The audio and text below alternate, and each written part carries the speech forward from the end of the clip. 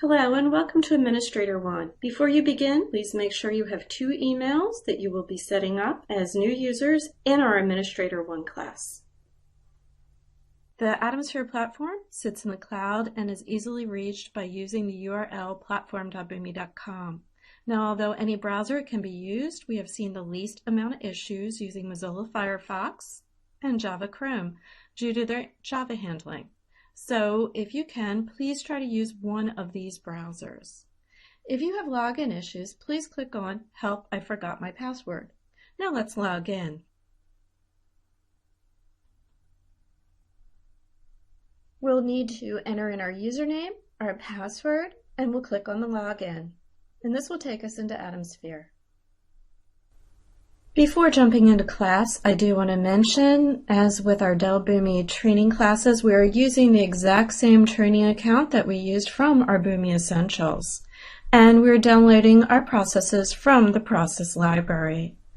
In this class, we will be using the process that you created in Boomi Essentials called Account XML to CSV. If for some reason you don't have it, please make sure you download it from the process library. We also need you to have set up in Manage, Atom Management.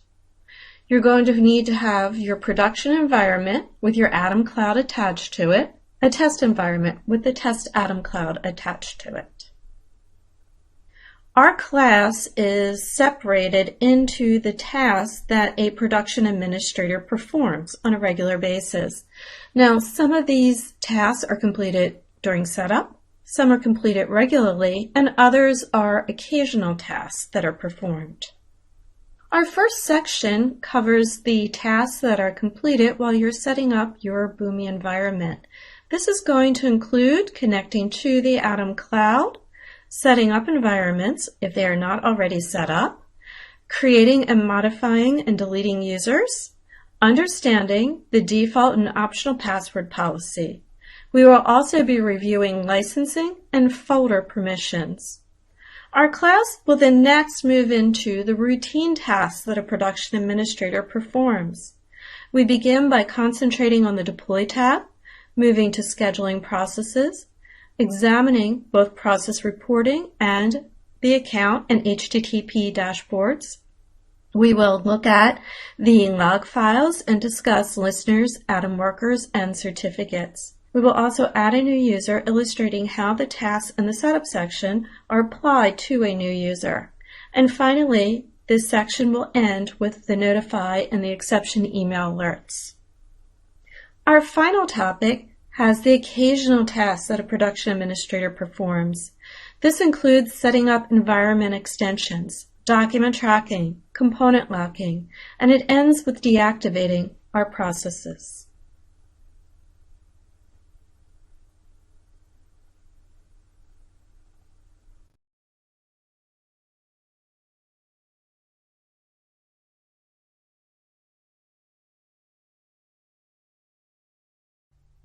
Hello and welcome to Administrator 1. Before you begin, please make sure you have 2 emails that you will be setting up as new users in our Administrator 1 class. The Atomosphere platform sits in the cloud and is easily reached by using the URL platform.boomi.com. Now, although any browser can be used, we have seen the least amount of issues using Mozilla Firefox and Java Chrome due to their Java handling. So if you can, please try to use one of these browsers. If you have login issues, please click on Help, I Forgot My Password. Now let's log in. We'll need to enter in our username, our password, and we'll click on the login. And this will take us into Atomosphere. Before jumping into class, I do want to mention, as with our Dell Boomi training classes, we are using the exact same training account that we used from our Boomi Essentials. And we're downloading our processes from the process library. In this class, we will be using the process that you created in Boomi Essentials called Account XML to CSV. If for some reason you don't have it, please make sure you download it from the process library. We also need you to have set up in Manage, Atom Management. You're going to need to have your production environment with your Atom Cloud attached to it, a test environment with the test atom cloud attached to it. Our class is separated into the tasks that a production administrator performs on a regular basis. Now, some of these tasks are completed during setup, some are completed regularly, and others are occasional tasks that are performed. Our first section covers the tasks that are completed while you're setting up your Boomi environment. This is going to include connecting to the Atom Cloud, setting up environments if they are not already set up, creating and modifying and deleting users, understanding the default and optional password policy. We will also be reviewing licensing and folder permissions. Our class will then next move into the routine tasks that a production administrator performs. We begin by concentrating on the Deploy tab, moving to scheduling processes, examining both process reporting and the account and HTTP dashboards. We will look at the log files and discuss listeners, Atom workers, and certificates. We will also add a new user, illustrating how the tasks in the setup section are applied to a new user. And finally, this section will end with the notify and the exception email alerts. Our final topic has the occasional tasks that a production administrator performs. This includes setting up environment extensions, document tracking, component locking, and it ends with deactivating our processes.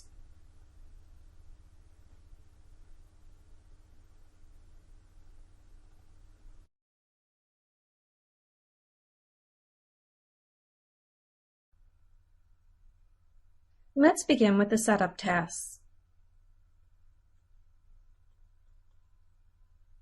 and the Dell Boomi Atom Cloud and environments. Dell Boomi maintains and runs 3 Atom Clouds for their customers. They are the Dell Boomi Atom Cloud, which everyone has access to run their production processes. The Dell Boomi Test Atom Cloud, which is only for an account with environments and test connectors. The EU, European Union Atom Cloud, which may be provisioned for your account. Now, we are in the process of adding additional clouds. Shortly, we will have one for Ireland as well as one for New Zealand. All of your Atom Clouds live above the firewall, meaning you cannot connect to an application behind the firewall unless you open the firewall to the application. In this class, we're using the Dell Boomi Atom Cloud for our production environment. Let's take a moment to understand it. The Dell Boomi Atom Cloud is a high-scaling, high-availability integration execution environment for use by many users. Dell Boomi limits the number of simultaneous production executions an account can run on one Atom Cloud to make sure no account accidentally monopolizes the Atom Cloud or blocks other accounts' access to them. To improve performance for all customers, extra limits have been placed to the Dell Boomi Test Atom Cloud and the EU Cloud. To learn more about clouds, go to our reference guide, go into Getting Started, Atoms, Molecules, and Clouds, Atom Clouds, and then our Dell Boomi Atom Clouds. Atoms are attached to an AtomSphere environment, which is a dedicated deployment setup to support different integration development lifecycle phases. Environments give you a greater control over change management and supports the different connection setups. Integrations are built, tested, and promoted between environments with a full audit trail of what was deployed and by whom. A process is attached and deployed to an environment. Environments are user-defined and unlimited. Each environment has its own runtime configuration, such as connection credentials, and the environments exist within one AtomSphere account and are not shared across accounts. Now, having a separate test environment allows you to deploy specific processes for testing scheduled executions, larger document batches, and real-time integration scenarios. Many atoms are attached to an environment, while many environments are attached to many atoms. and you can fully deploy processes from end to end, avoiding test mode restrictions without affecting production processes. Here's a chart that describes the differences between an atom and an environment. An atom is a runtime engine, where an environment is a logical grouping of your runtime configurations.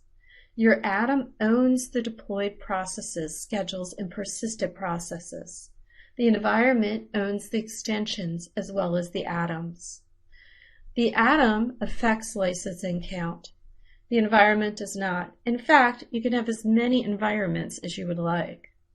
Now, on an atom, there is no classification, but on the environment, we do have a classification of both test or production. You can get deployed processes via an environment for an atom, where the processes are deployed to the actual environment when using an environment. You can run deployed, scheduled processes without connection to the AtomSphere platform with an atom. However, the environment is physically part of the AtomSphere platform. Atoms are installed by a user, environments are created by a user. In atoms, you are limited by your licensing account, and we'll talk more about this as we go throughout class. An environment, they're unlimited. You can have as many as you would like. So what we're going to do now is we're going to do exercise number 1 and 2. We're going to verify our existing setup, and then we're going to create an integration administration 1 folder. Then what we're going to do is we're going to copy our process, our count XML to CSV. We're going to copy it to our new administration 1 folder. This is in your book on page 2 to 5. Beginning on page 2 in your book on exercise number 1, we're going to verify an existing user setup, and then we're going to create our integration administrator 1 folder. So what we want to do is we just want to make sure that you've had Boomi Essentials, and if you have it, you can download the Boomi Essentials process from the process library. It's called Account XML to CSV, the admin one. All right, so you can just download that, which is the one that if you have not used Boomi Essentials or created Boomi Essentials, that's the one you can download. The other thing we would want to do is we want to make sure that your Manage tab is set up properly. You have 2 environments. One is production, one as test, and then you have your Atom Cloud and your Test Atom Cloud. If at any point you do not have this set up, just please pause and make sure that your account is set up, because we're going to be using it for the rest of our class. So what we're going to do now is we are going to create a folder, and our folder is going to be off of the Boomi Training folder. We're going to create new folder, and we're going to call this Integration Administrator 1. So we've called this Integration Administrator 1. We're going to click on the Save button, and you'll see underneath Essentials it has created the folder. So now what we want to do is we want to populate the folder. And what we're going to do is in our second activity, we're going to copy a process to the folder. So we're going to copy the process from Boomi Essentials down into this particular folder. So we're going to come over here where it says Processes, and we're going to click on the drop down, and we're going to select Copy. We're going to be in our same account, but if I wanted to, if I had a account, perhaps a sandbox account or an account that's not a training folder, but I wanted to keep a few of these processes, all I would do is I would just copy. I could come over here and select the account. If I am selecting another account, I have the option of selecting the passwords with it. If I don't select the passwords, it'll bring over the usernames, but not the passwords. I can copy the components, which I do want to do. If I decide not to copy the component, it would just copy the process. But I would like to have the connectors, the flat file profiles, the maps, and the XML profiles. So I'm going to leave this here. And then I have to have the folder already created. So what I'm going to do is now tell it where I want it to go, which is into our Integration Administrator 1 folder. And notice it comes over here and it copies everything for me. So we will let you do this, and when we're done, we're going to come back. You can come back and join us, and we'll be working on our next video, which is going to be user management.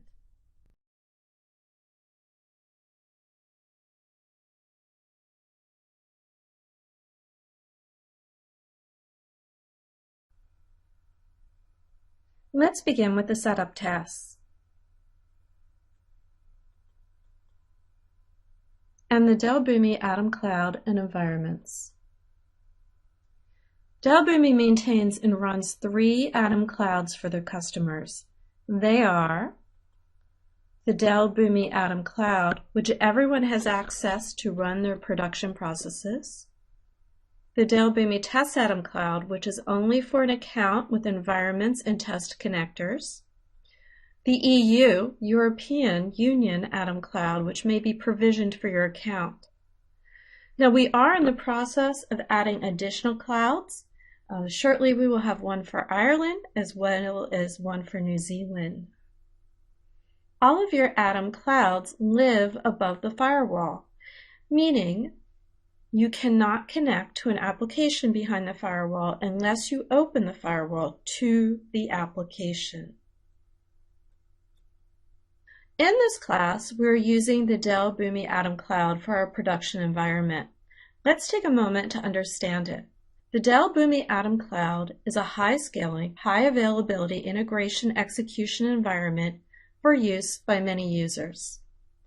Dell Boomi limits the number of simultaneous production executions an account can run on one Atom cloud to make sure no account accidentally monopolizes the Atom cloud or blocks other accounts' access to them. To improve performance for all customers, extra limits have been placed to the Dell Boomi Test Atom Cloud and the EU Cloud. To learn more about clouds, go to our reference guide, go into Getting Started, Atoms, Molecules, and Clouds, Atom Clouds, and then our Dell Boomi Atom Clouds. Atoms are attached to an AtomSphere environment, which is a dedicated deployment setup to support different integration development lifecycle phases. Environments give you a greater control over change management and supports the different connection setups. Integrations are built, tested, and promoted between environments with a full audit trail of what was deployed and by whom. A process is attached and deployed to an environment. Environments are user-defined and unlimited. Each environment has its own runtime configuration, such as connection credentials, and the environments exist within one AtomSphere account and are not shared across accounts. Now, having a separate test environment allows you to deploy specific processes for testing scheduled executions, larger document batches, and real-time integration scenarios. Many atoms are attached to an environment, while many environments are attached to many atoms, and you can fully deploy processes from end to end, avoiding test mode restrictions without affecting production processes. Here's a chart that describes the differences between an atom and an environment. An atom is a runtime engine, where an environment is a logical grouping of your runtime configurations. Your atom owns the deployed processes, schedules, and persisted processes. The environment owns the extensions as well as the atoms. The atom affects licensing count. The environment does not. In fact, you can have as many environments as you would like. Now, on an atom, there is no classification, but on the environment, we do have a classification of both test or production. You can get deployed processes via an environment for an atom, where the processes are deployed to the actual environment when using an environment. You can run deployed scheduled processes without connection to the AtomSphere platform with an atom.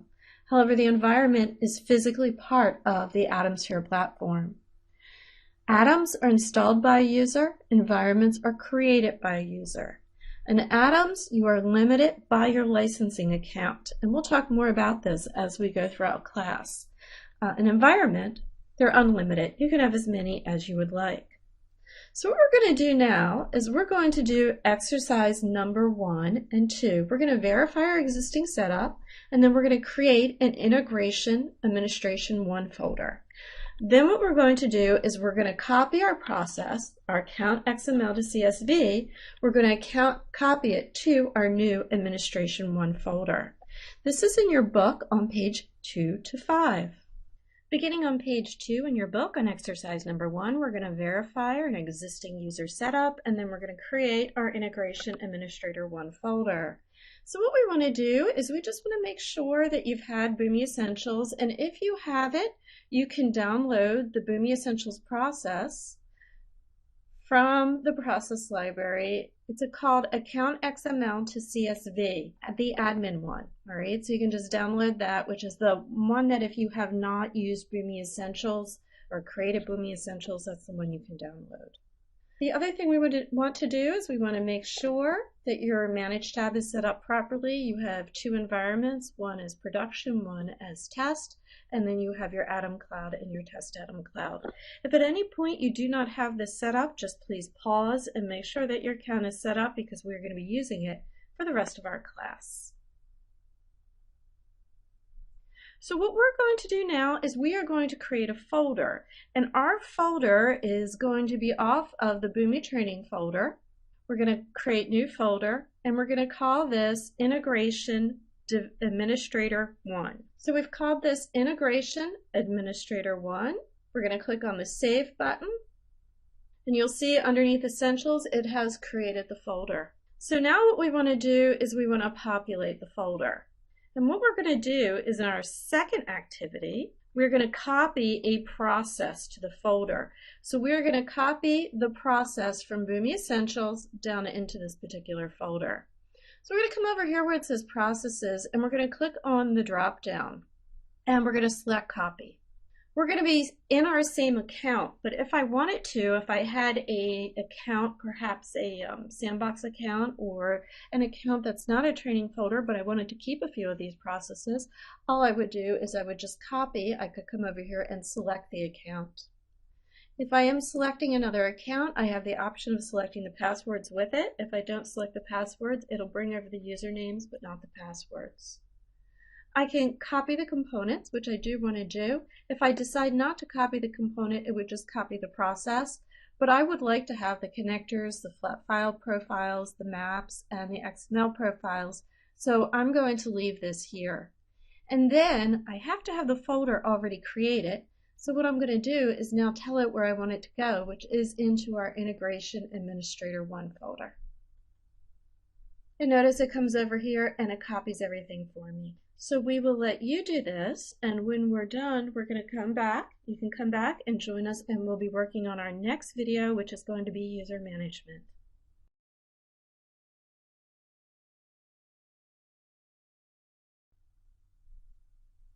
User management defines how roles and privileges allow a user to work within AtomSphere. You can create a new account by simply signing up for a trial account, or your account or partner manager can set up bulk accounts for your company. This is a sample email that tells a new user their login credentials.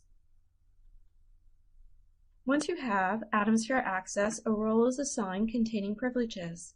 To help us understand this process, a user corresponds to a unique email address given direct access to one or more Dell Boomi accounts. A role is assigned to a user to enable a list of privileges, and a user may have access to many roles. Here, I have access to production support and support roles. By default, the first person assigned to account is automatically given the administrator role, and this can be overridden.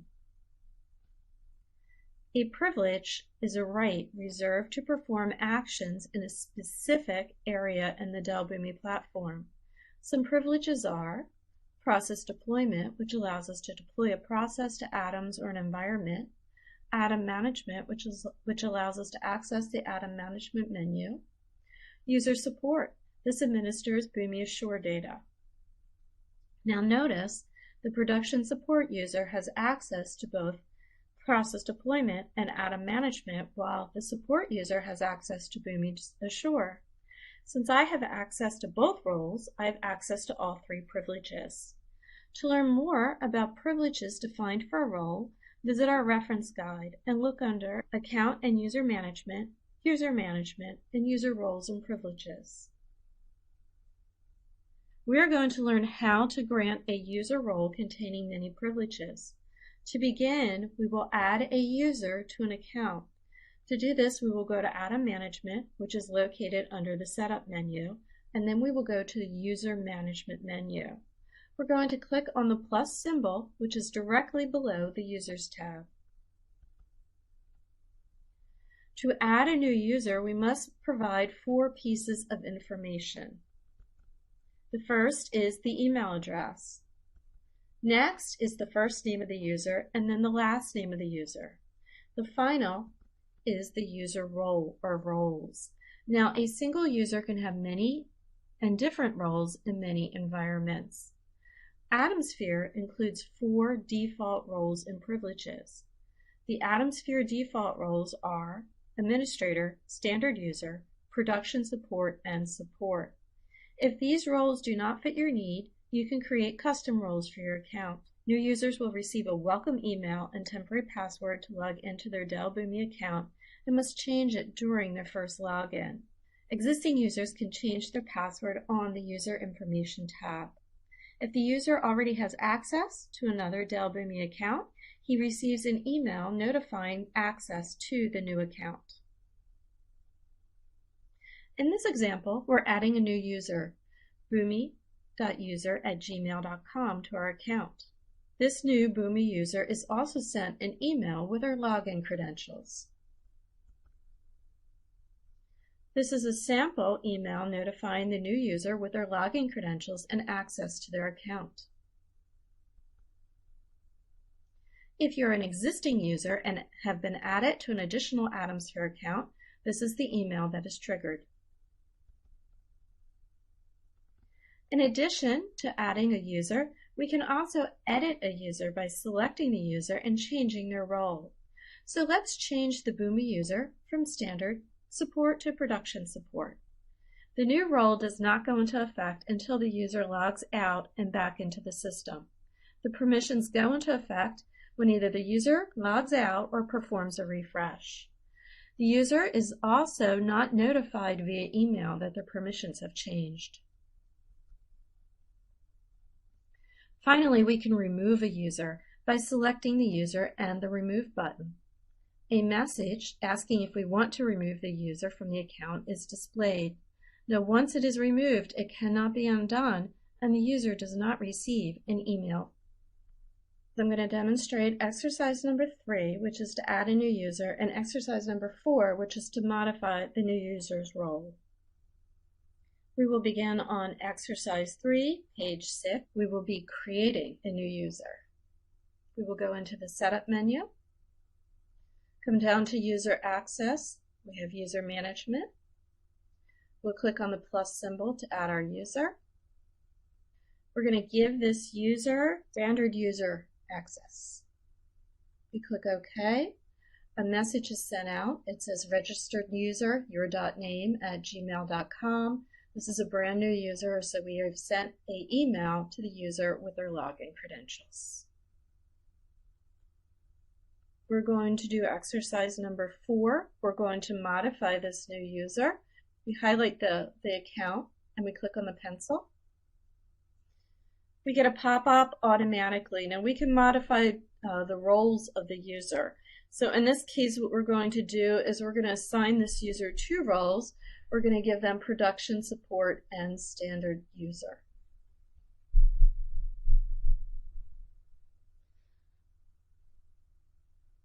Now it's your turn to do exercise 3, add a new user, and exercise 4, modify a user's role. When we come back, we'll be talking about privileges.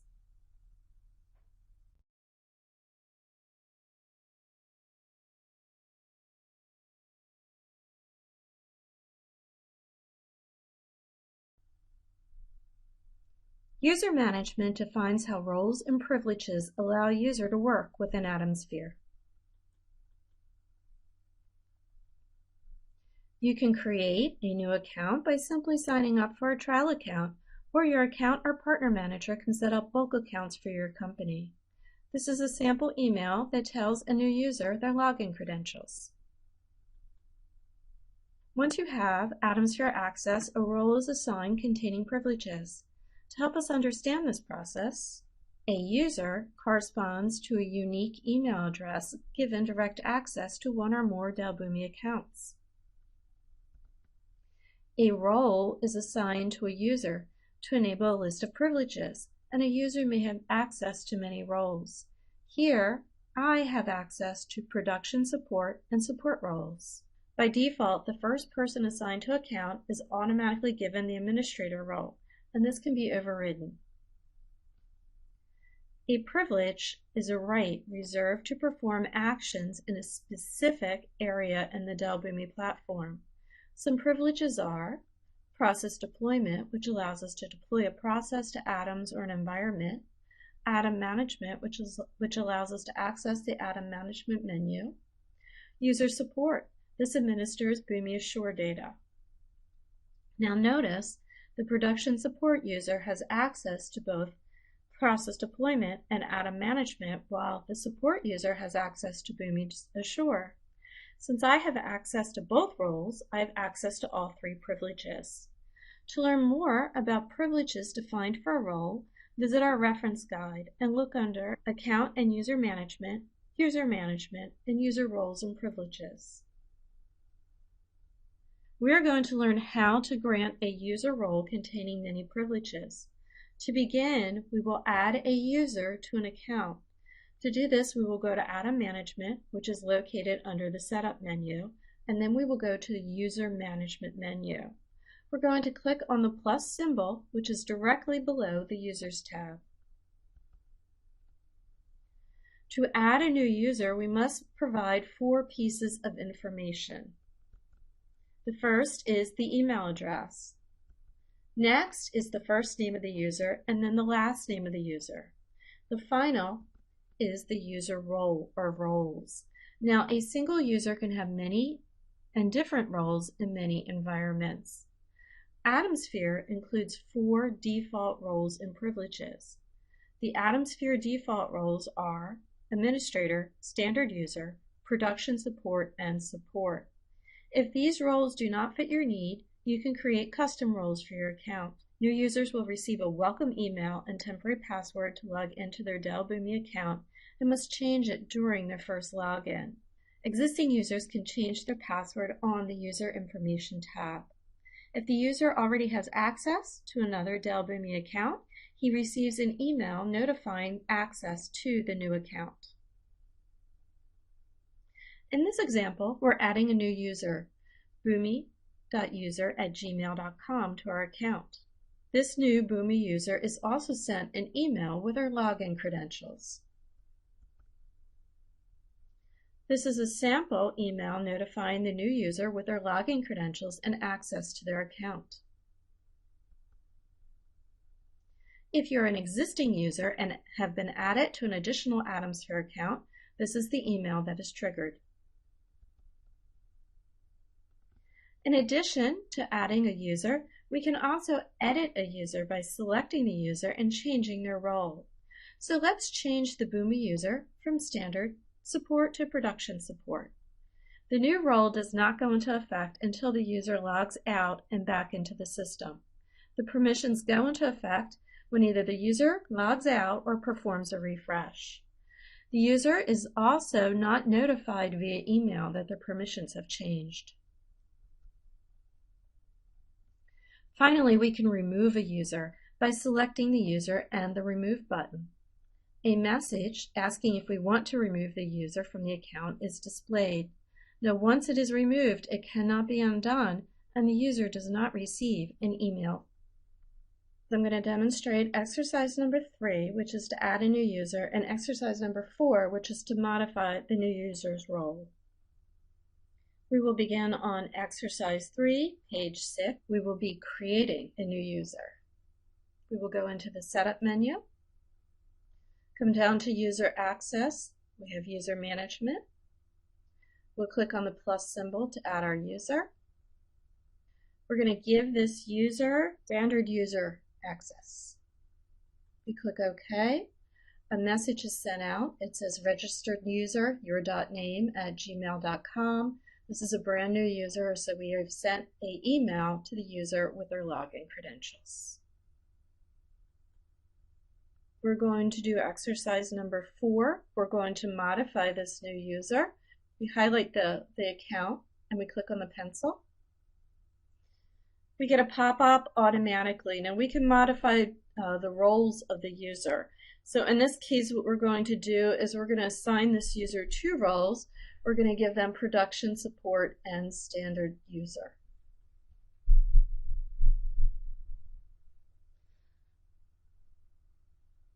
Now it's your turn to do exercise 3, add a new user, and exercise 4, modify a user's role.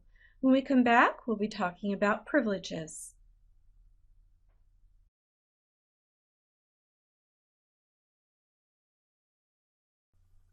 Let's continue by discussing privileges and custom roles. As I mentioned earlier, a privilege is a right reserved to perform actions in a specific area within the Dell Boomi platform. Some privilege examples are Atom Management. This is the Atom configuration and administration. It provides the read and write access to Atom properties and settings and allows the ability to download the Atom and molecule installers on the build page. Developer provides the ability to create and publish new components using the AtomSphere SDK. Execute allows you to execute or retry available processes. By default, administrators are granted all privileges, and the person who creates the account automatically becomes the administrator. These are the 4 default security roles automatically created for your account. An administrator has access to everything. A standard user has few limitations, and production support user and support user have limited roles. For a full list of privileges, they are contained in the reference guide under User Management, User Roles, and Privileges. Now, as a note, roles and privileges for specific Dell Boomi MDM applications are visible only to accounts enabled for MDM. The MDM Entitlements tab is visible only to users enabled for MDM to whom the MDM Stewardship Management privilege is assigned. Custom roles assign privileges not neatly fitting into the default role. They create more specific requirements and allow for complex privileges per environment user. This feature is available in Advanced User Security and enabled in Enterprise and Enterprise Plus editions by default, and they are an add-on to the Professional and Professional Plus editions. So let's examine a custom role. A user with a custom role defined below is not able to view the document option on the inbound and outbound data tabs. See the Run Document and Test Mode option for the inbound data tab. If the execute is off, they cannot see the Rerun Document option in the inbound data tab. If we create a custom role by turning the Build Read Access on, the user is unable to create components and folders, rename folders, copy the folders and components, generate certificates, use the Import button, run in test mode, edit components, processes, and process executions, delete folders and components, save components, and clone components. They also cannot install an atom or a molecule unless they have the Atom Management privilege. If the user has Build, Read, Write Access privilege and the Build, Read Access privilege is turned on, the Build, Read, and Write Access privilege adds the ability to create, edit, copy, delete, and save components, meaning the user has full access to all actions on the Build tab. So let's move on to exercise number 5 and create and assign a custom role. This is in your book on page 11 to 13. Custom roles are created in the Setup menu, going down to Account Access, User Management. Once you're in User Management, you will come over to Custom Roles, and you will click on the plus symbol to create your role. We're going to call this role Developer Restricted Docs and Data. You want to give your role a comment. The description is restricted access to documents and data from executions and build page access. You can inherit a role, which means it will begin with the privileges assigned to a certain role. We're not going to be doing that. We're going to be assigning it 3 privileges. One is going to be build read access, which allow read access to processes and components. Execute, which allow us to execute or retry available processes. And the very last one, which is view results, which allow you to view and monitor process execution and activity logs. We'll click OK. When I click on the role, it displays the privileges below. Now we're going to assign this role to a user. I'm going to come over here and click on Users. The user that we created for our class, which now has production and standard user support, we're going to check this and we're going to remove support of these two and assign it Developer Restricted Docs and Data.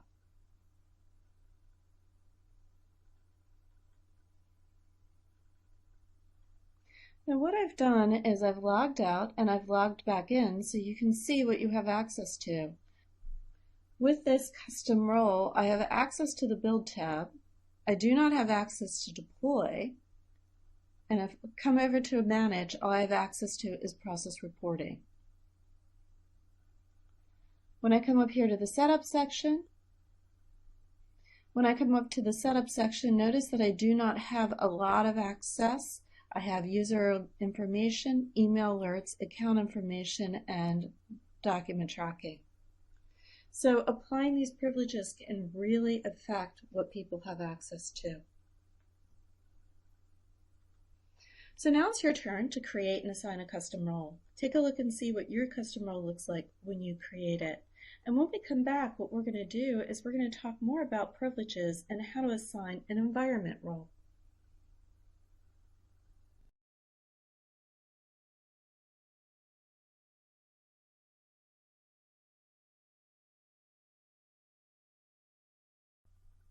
Let's continue by discussing privileges and custom roles.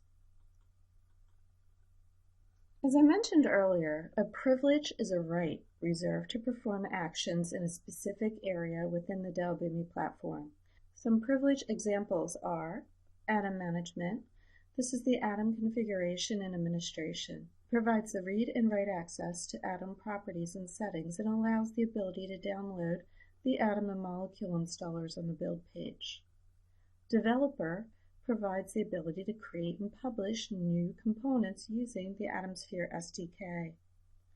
Execute allows you to execute or retry available processes. By default, administrators are granted all privileges, and the person who creates the account automatically becomes the administrator.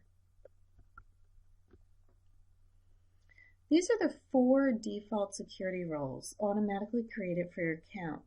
An administrator has access to everything. A standard user has few limitations, and production support user and support user have limited roles. For a full list of privileges, they are contained in the reference guide under User Management, User Roles, and Privileges.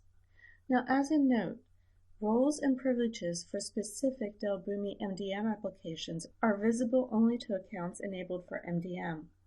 The MDM Entitlements tab is visible only to users enabled for MDM to whom the MDM Stewardship Management privilege is assigned. Custom roles assign privileges not neatly fitting into the default role. They create more specific requirements and allow for complex privileges per environment user. This feature is available in Advanced User Security and enabled in Enterprise and Enterprise Plus editions by default, and they are an add-on to the Professional and Professional Plus editions. So let's examine a custom role. A user with a custom role defined below is not able to view the document option on the inbound and outbound data tabs. See the Run Document and Test Mode option for the inbound data tab. If the execute is off, they cannot see the Rerun Document option in the inbound data tab. If we create a custom role by turning the Build Read Access on, the user is unable to create components and folders, rename folders, copy the folders and components, generate certificates, use the import button, run in test mode, edit components, processes, and process executions, delete folders and components, save components, and clone components. They also cannot install an atom or a molecule unless they have the atom management privilege. If the user has build, read, write access privilege and the build, read access privilege is turned on, the build, read, and write access privilege adds the ability to create, edit, copy, delete, and save components, meaning the user has full access to all actions on the Build tab. So let's move on to exercise number 5 and create and assign a custom role. This is in your book on page 11 to 13. Custom roles are created in the Setup menu, going down to Account Access, User Management. Once you're in User Management, you will come over to Custom Roles, and you will click on the plus symbol to create your role. We're going to call this role Developer Restricted Docs and Data. You want to give your role a comment. Your description is restricted access to documents and data from executions and build page access. You can inherit a role, which means it will begin with the privileges assigned to a certain role. We're not going to be doing that. We're going to be assigning it 3 privileges. One is going to be build read access, which allow read access to processes and components. Execute, which allow us to execute or retry available processes. And the very last one, which is view results, which allow you to view and monitor process execution and activity logs. We'll click OK. When I click on the role, it displays the privileges below. Now we're going to assign this role to a user. I'm going to come over here and click on Users. The user that we created for our class, which now has production and standard user support, we're going to check this and we're going to remove support of these two and assign it Developer Restricted Docs and Data.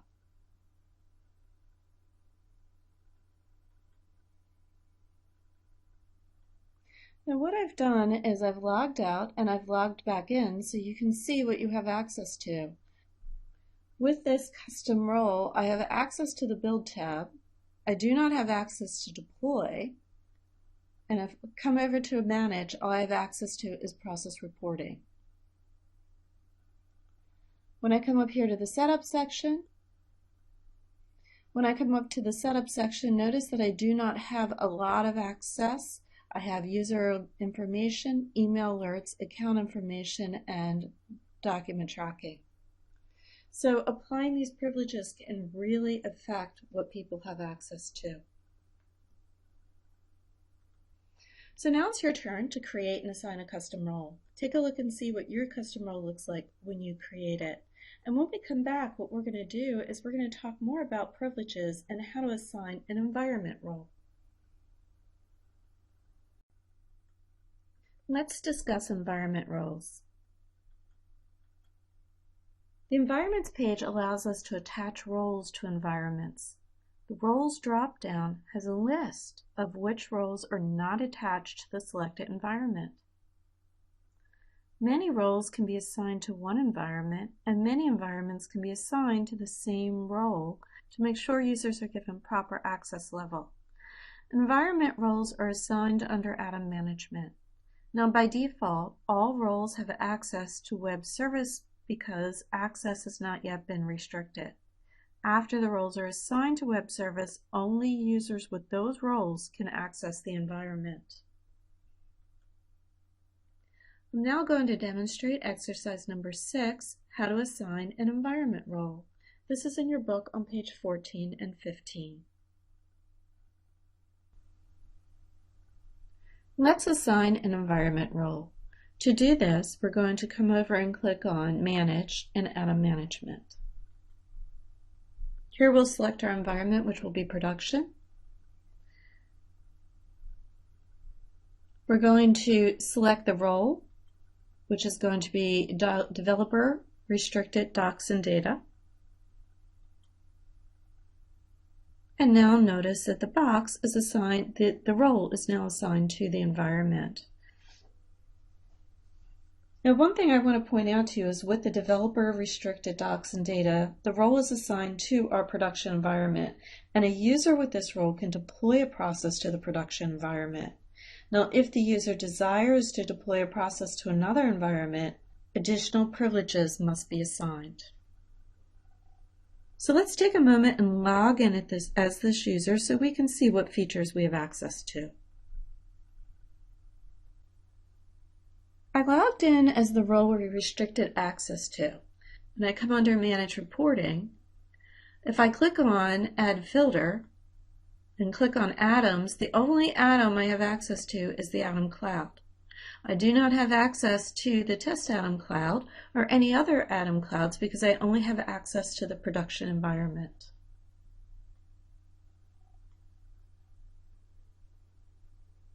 All right, now it's your turn to assign an environment role and see what it looks like. When we come back, we're going to discuss password policies.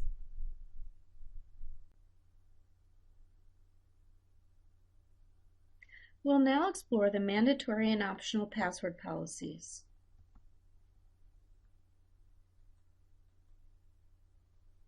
Password policies allow Dell Boomi to handle your company's personal and sensitive information.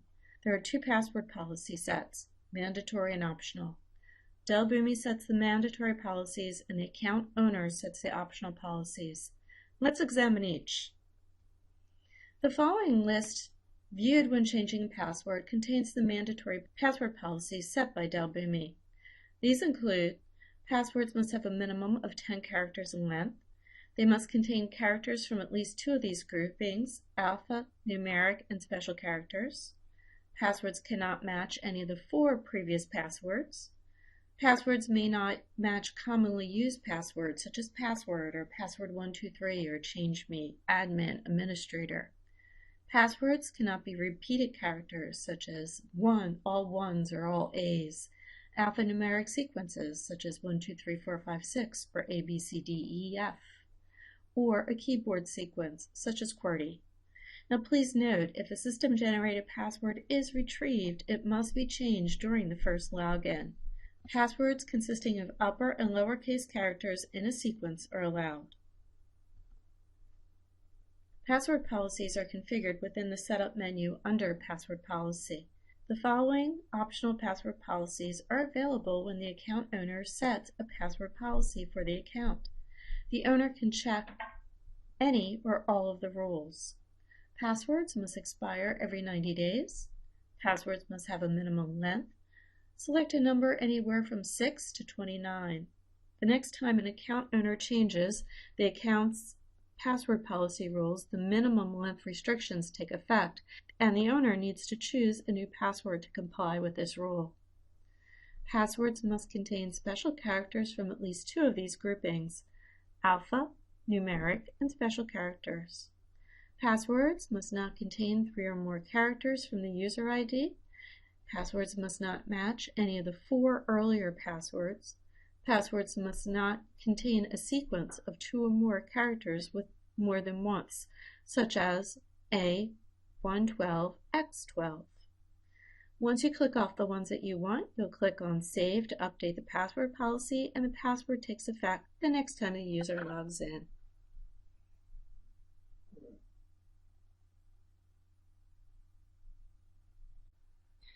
We're now going to discuss connection licensing, and this is how non-EDI accounts are charged by Dell Boomi. The 2 main connector classifications are test and production. Everyone has production access. However, you must have test connection management enabled to have test connectors. Environments are classified as either test or production. This is a user-defined classification. However, certain atoms, such as the Dell Boomi Atom Cloud, may only work in a production environment. Whether a deployed connection counts as test or production depends on the deployed environment. There is no difference in the connection component itself. A process deployed to a production environment counts as a production connection. The same process deployed to a test environment counts as a test connection. When using a test connection in a test environment, you do not receive email alerts about the deployed process executions or its Atom status. You do, however, receive RSS feeds and can use the event object in the API to query notifications. I want to discuss the purpose of test connectors. Having a separate test environment allows you to conduct end-to-end functional process testing without the test mode restrictions. When pending Atom and connection updates become available during the release control period, they are also available to the Dell Boomi Test Atom Cloud, so you can use the Test Atom Cloud to test your processes before the release.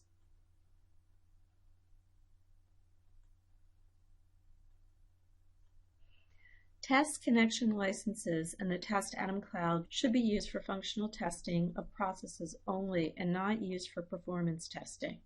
The response times on the Test Atom Cloud are not a good representation of how your processes will run on the production Atom Cloud. Now, as I mentioned in the previous slide, there are two connector classifications, standard and test. Within the two classifications, there are four major connector types. They are small business, trading partner, enterprise, and standard. Let's examine small business first. There are three small business connectors: Sage 50, which is Peachtree, QuickBooks, and FreshBooks. Trading partner is specific to EDI development. There are two enterprise connectors: the Oracle e-Business Suite and the SAP Business Suite and NetWeaver. Everything else is standard. For anyone who's interested in seeing the ever-changing connector list, please take a look at boomi.com, integration, and then popular applications supported. Connection licensing is important because it controls how many different connections are deployed within your AtomSphere account. An audit is performed during deployment to ensure the allowed connection number, meaning the purchase connection license number for your AtomSphere subscription. Even though the connection library allows you to build and test integrations via test mode, an audit is performed upon deployment and the results are displayed in the licensing view. To access licensing, you'll go to Setup and Licensing. This displays the connector deployments across all processes, atoms, and limits the process deployments per account. In the event that 0 licenses are available to your account, a simple pop-up displays an error message indicating that your deployment was rejected. The process can still run in the Build tab, but remember the document process size of 10 meg, limitations of 100, but we're focusing on the production environment, so the limitation is the license number.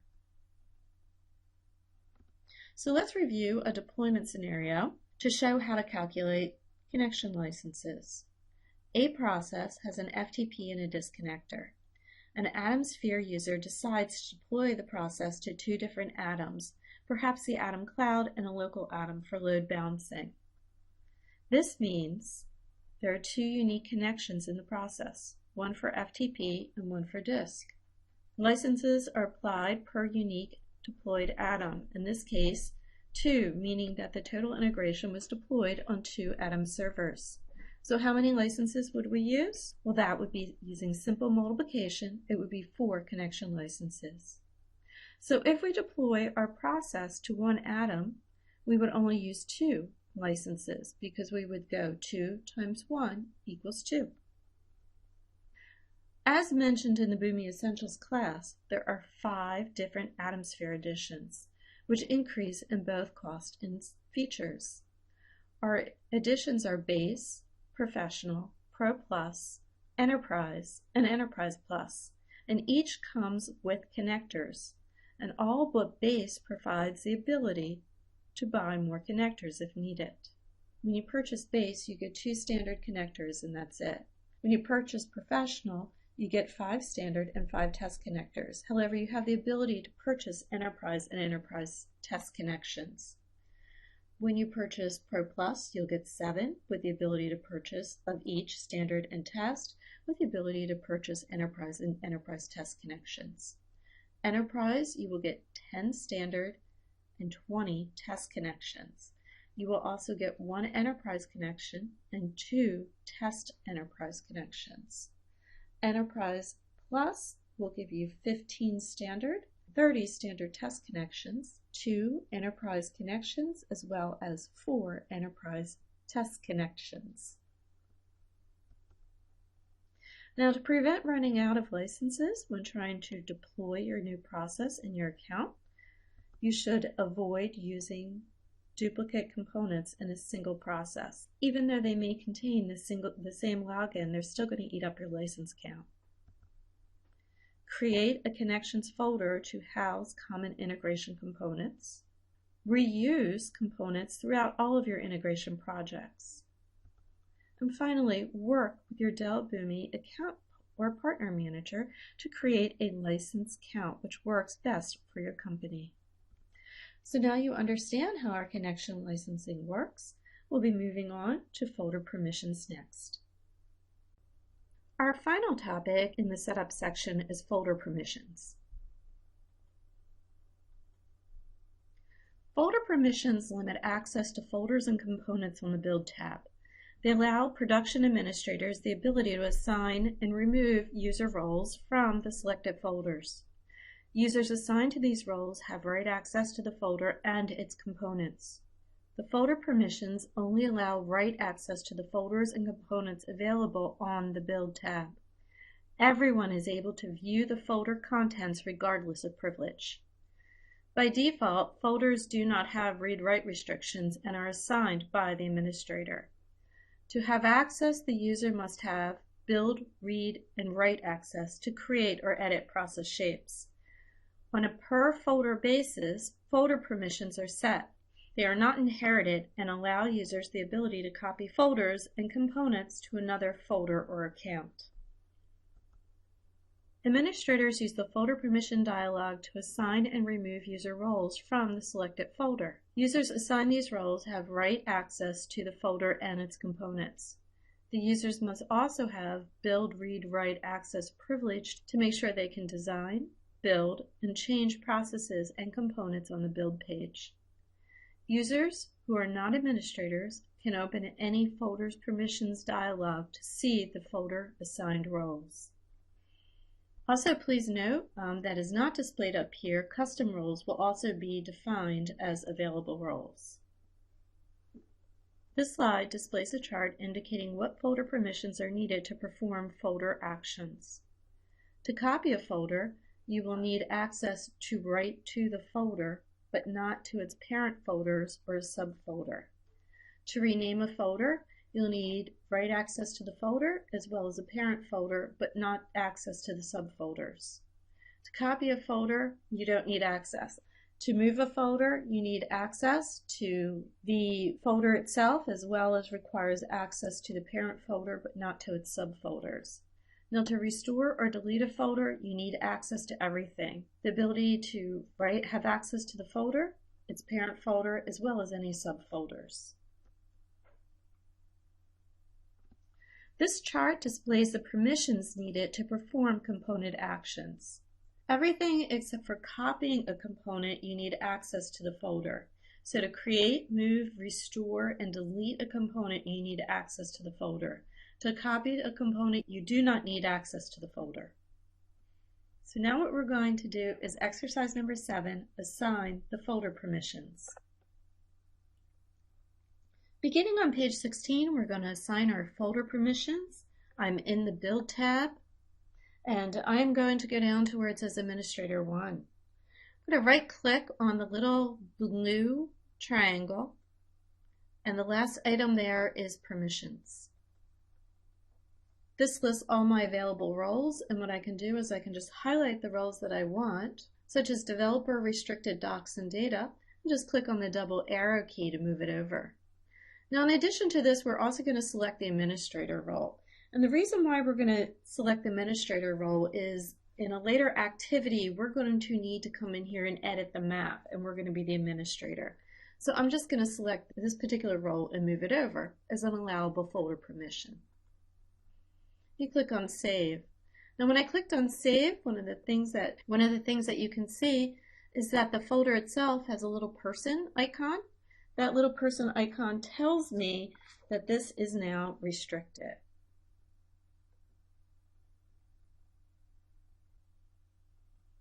It is your turn to do exercise number 7 to assign the folder permissions, beginning on page 16 and going to page 18. This will conclude the setup section of the administrator's task. What we'll be doing next is we'll be moving into the routine tasks, starting off with the deployment.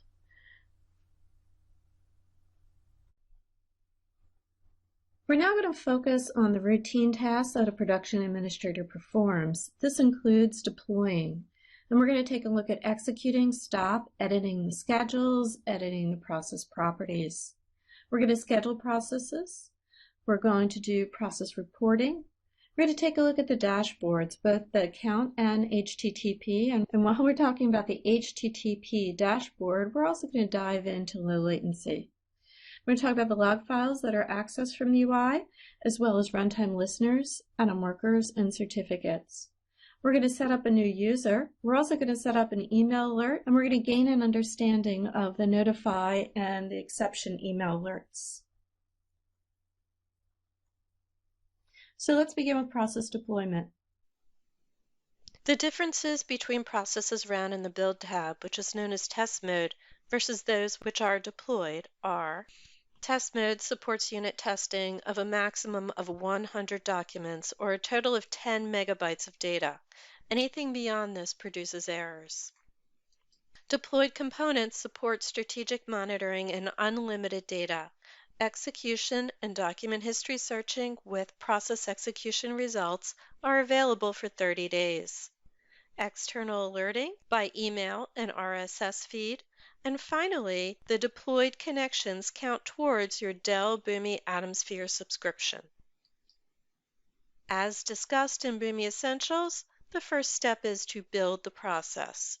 You built the account XML to CSV in the Boomi Essentials class. If you want to learn more about process development, please attend classes in the developer track.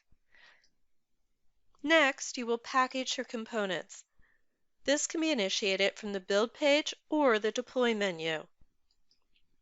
Once your component is packaged, you can then deploy it from the Package Components or the Deployments page.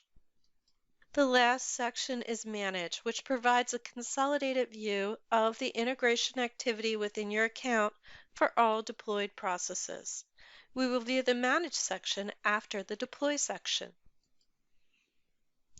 After you have successfully built your component, you can package them. The Create Components page displays 25 rows per page of all packaged components for the account.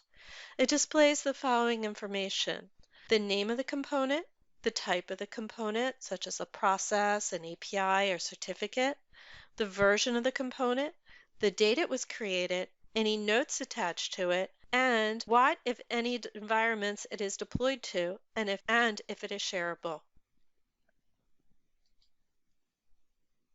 You can filter by component, component type, whether or not you are sharing, or by the packaged component ID. For each package component, the Actions menu allows you to deploy the package component, view the details for the package version, including any sub-components, and the current deployment usage. You can view historical details of all package component versions created for the selected component. Use the search filters to easily find specific versions of your package component or to filter versions based upon sharing capabilities. Compare the included components within the selected package component version with another version, or with the latest component versions in deployment. Finally, you can copy the components included in the package component to your Component Explorer on the Build tab. Once your component is successfully packaged, you can deploy it to an environment. The deployments table contains 25 rows per page of the deployments for the account. This page displays the following information for each deployed package component: the name of the component, the type of component such as process, API, certificate, the deployed component, the date the deployment was created, who deployed it, and any notes attached to the deployment. You can filter by component, component type, deployed by, environment, and package component version. Also, you can limit your view with the deployments created by the past hour, 24 hours, week, or a specific date range. For each deployment, the Actions menu allows you to deploy this to a different environment, such as you want to deploy from test to production, roll back, which allows you to roll back to an earlier release, undeploy removes the deployment, deployment history displays all the deployed versions for the selected component. Compare deployment compares the current deployment version to another version. Copy to the Component Explorer copies the components included in this package component to your Component Explorer on the Build tab.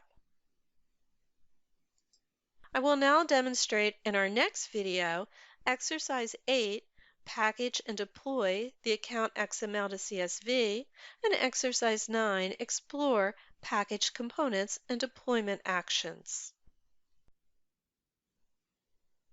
I'm now going to demonstrate Exercise 8, Package and Deploy Account XML to CSV, and Exercise 9, Explore Package Components and Deployment Actions. We're now going to do Exercise 8, Package and Deploy Account XML to CSV. To execute or to schedule a process to run at a specific interval, you must first package and deploy it. In this exercise, you will package and deploy your Account XML to CSV process. You can create your package component one of two ways. One is in the Build tab by clicking the Create Package Component button. The other is from the Deploy menu, Package Components. You'll then click on the Create Package Component button and select the component that you want to package. In our case, it will be the Account XML to CSV. We will click on the Next Add Details button, and we will add a version for all, package notes for all, and we will not be clicking on the Sharing button because this is only used in master sub-account relationships. For the version for all, I have entered ADM for administration, -MAR for the month, 2020 for the year, -01, because this is the first time I am deploying this process. The package notes, they are optional, however, we request that you do enter them. We've entered in initial package, and we have not clicked on the sharing checkbox. Next, we'll click on the Create Package Component. Our package component is now created. It asks us if we would like to deploy it, so we'll click on the Deploy button. We need to select the environment that we want to deploy this in. So we're going to select the test environment. Once again, deployment notes are optional, however, we do request that you enter them, so we're entering in initial test deployment. We'll then click on the Select Versions button. This is so that we can make sure that we're going to the correct environment. We have our deployment notes, and this is the one that we want to deploy. So we click on Review, which gives us a final opportunity to look at everything. So our environment is correct, our deployment notes are correct, and the version that we want to deploy is correct. So we click the Deploy button. It tells us that our deployment was successful, and would we like to view our deployments, and we do. We have now deployed our first package, our Account XML, type process, package component, to our test environment. We now want to deploy the same process to the production environment. So you come over to Actions, and we select Deploy to Different Environment. There's only one environment left, which is production, so we'll choose that. We've entered deployment notes, initial, production deployment. So now we'll click on the next button. Gives us our environment, which is production, our deployment notes, which is initial, production, deployment, and our version over here, which is ADM-March 2020-01 for our account XML to CSV. We're pleased with everything, so now we'll deploy it. As you can see, we have deployed this in both test and production. So now we want to make some changes to the process. We're going to go back to the Build tab, open up our process. We're going to go to the map, and we're going to make some changes. We want to unmap the state field, and we want to put a default value in it of PA.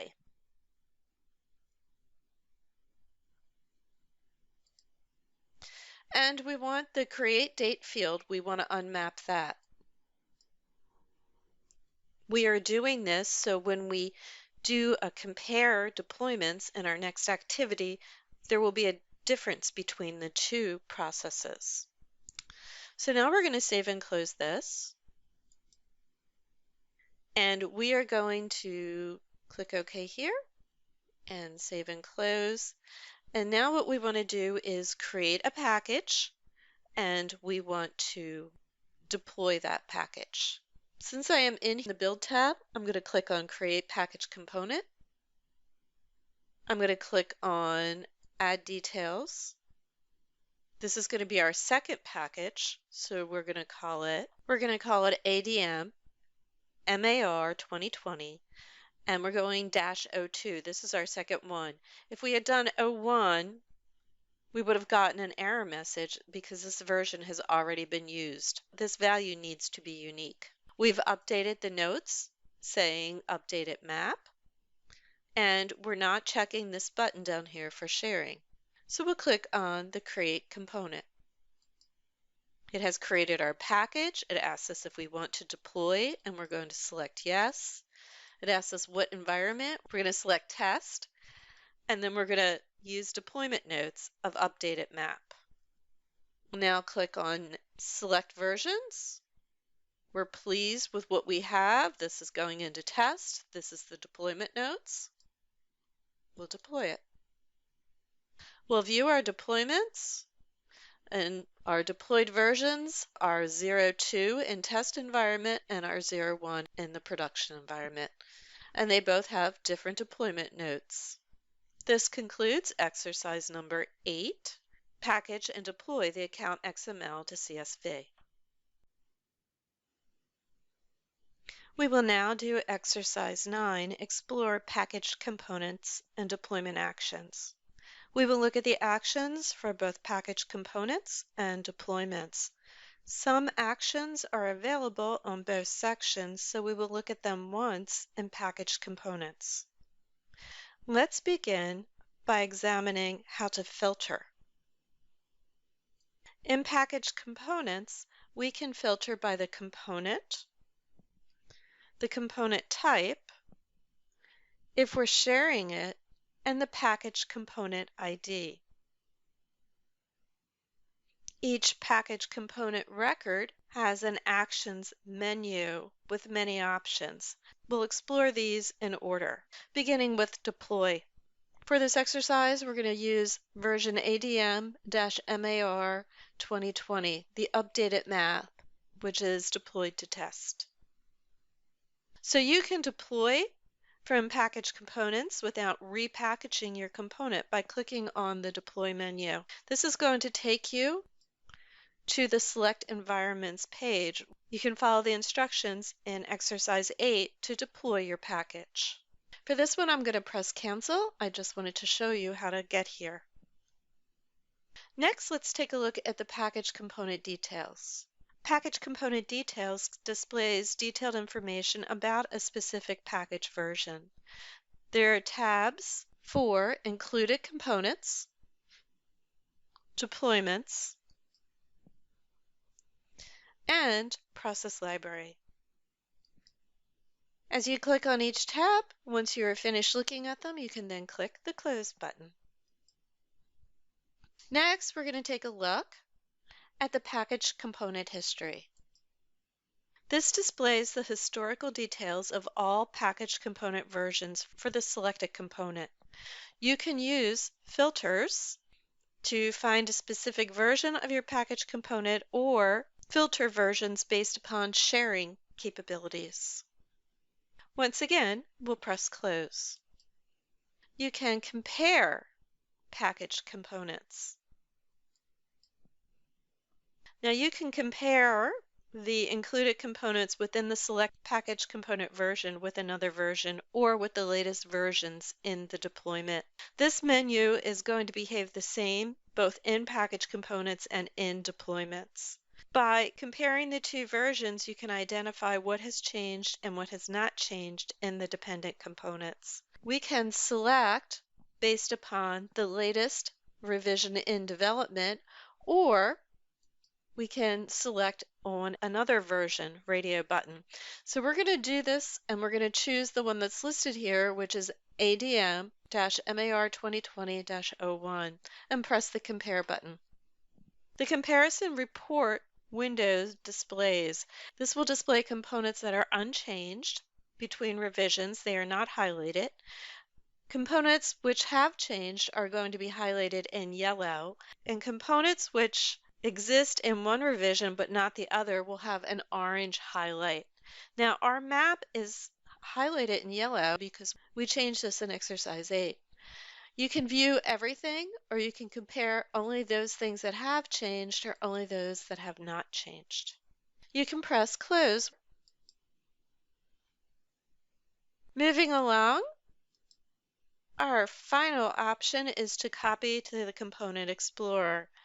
What this will do is this will copy the current component and all of its dependent components to a folder in the Component Explorer. And this will behave the same in package components as well as deployments. So before we can copy something, we need to have a location to put it. So we're going to go into our Build tab, and we're going to create a folder under Integration Administration. And we're going to call this folder Production Deployment.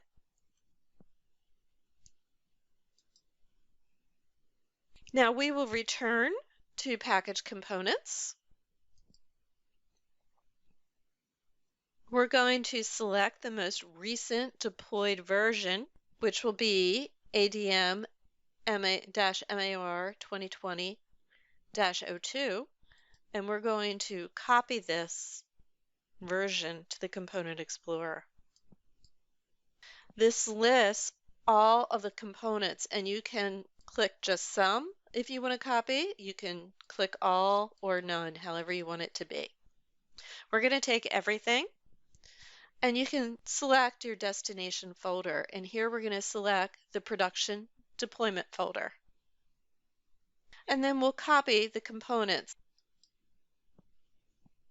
It tells us that our deployed process and associate components have been successfully copied to the Component Explorer. So if we go into the Component Explorer, when we go into Integration Administration, now if you take a look in our production deployment, you will see everything has been copied over, including our process. That concludes all of the actions for the package component option. Now what we'll do is take a look at the deployment menu. So we'll go to Deployments. For this, we will have the ability to deploy to a different environment, roll back, undeploy, view the deployment history, compare deployments, and copy to the Component Explorer. We have used deploy to a different environment in exercise 8, and the pair deployments and the copy Component Explorer are the same as in package components. So we're going to focus on rollback, undeploy, deploy history. What rollback does is this allows you to return to a formally deployed version. Maybe you've released a version containing an error and you want to roll back the last correct version. You can simply roll back by typing a message, in the deployment notes.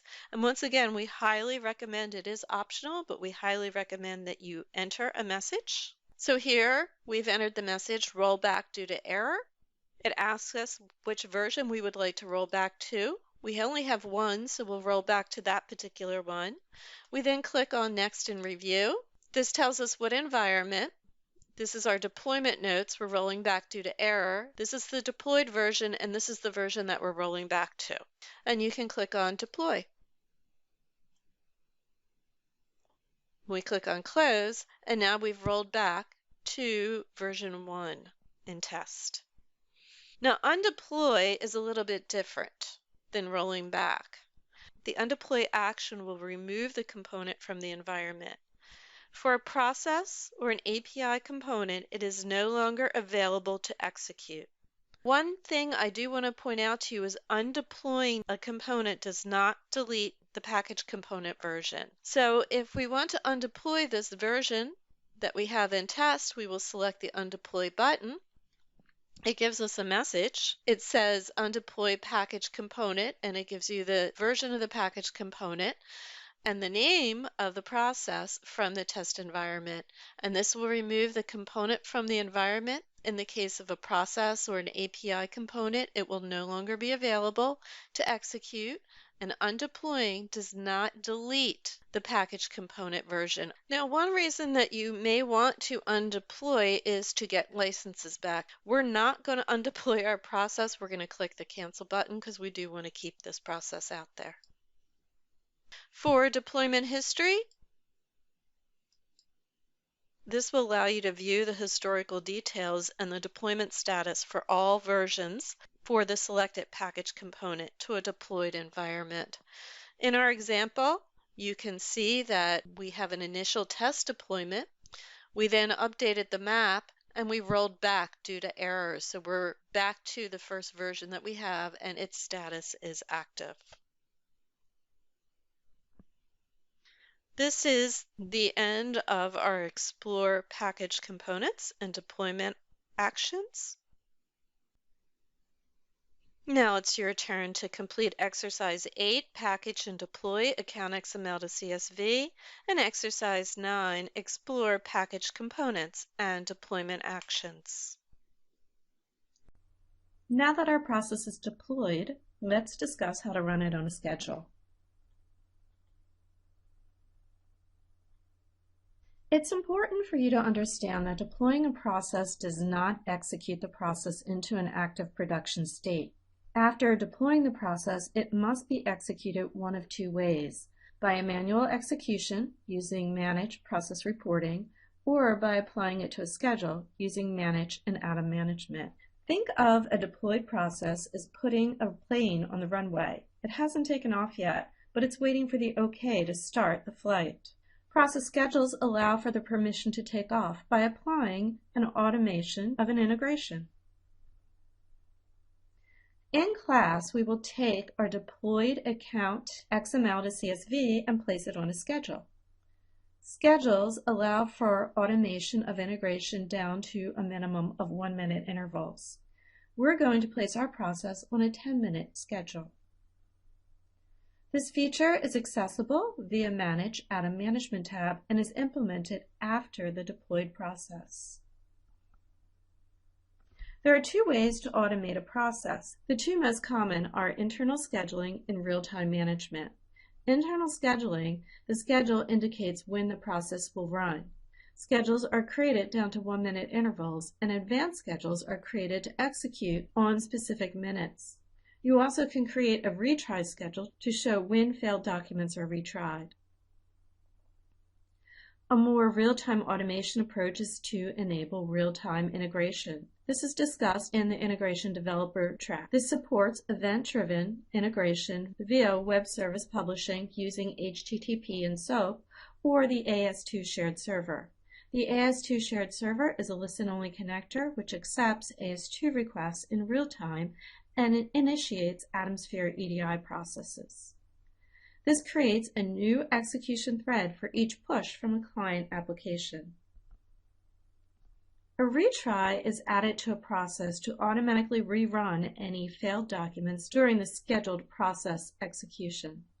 If you set up a retry schedule, you do not need to manually check and return the failed documents on the Atoms deployed process panel. Retry schedules are added the same way you add a process execution. There's just an extra option setting for the greatest number of retry attempts. For retried executions, it will check for failed executions and documents associated with these executions. For each failed execution found, the execution, the retry execution, is created containing all of the failed documents.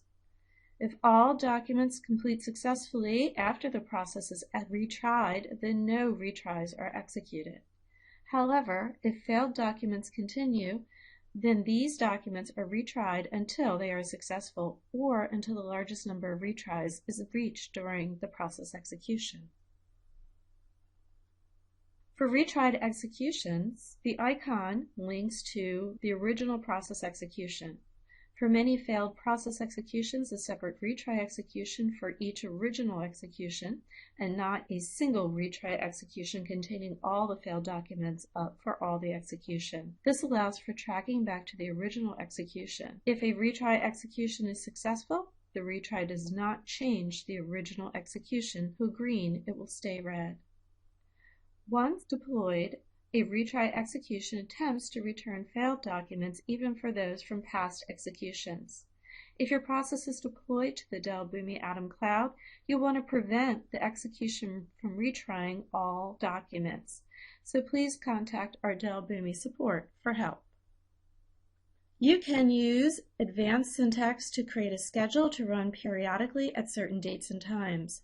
To access the advanced mode, you can select it from the type drop-down. Placing an asterisk in a field indicates a schedule would run every minute, hour, day of the week, day of the month, or year.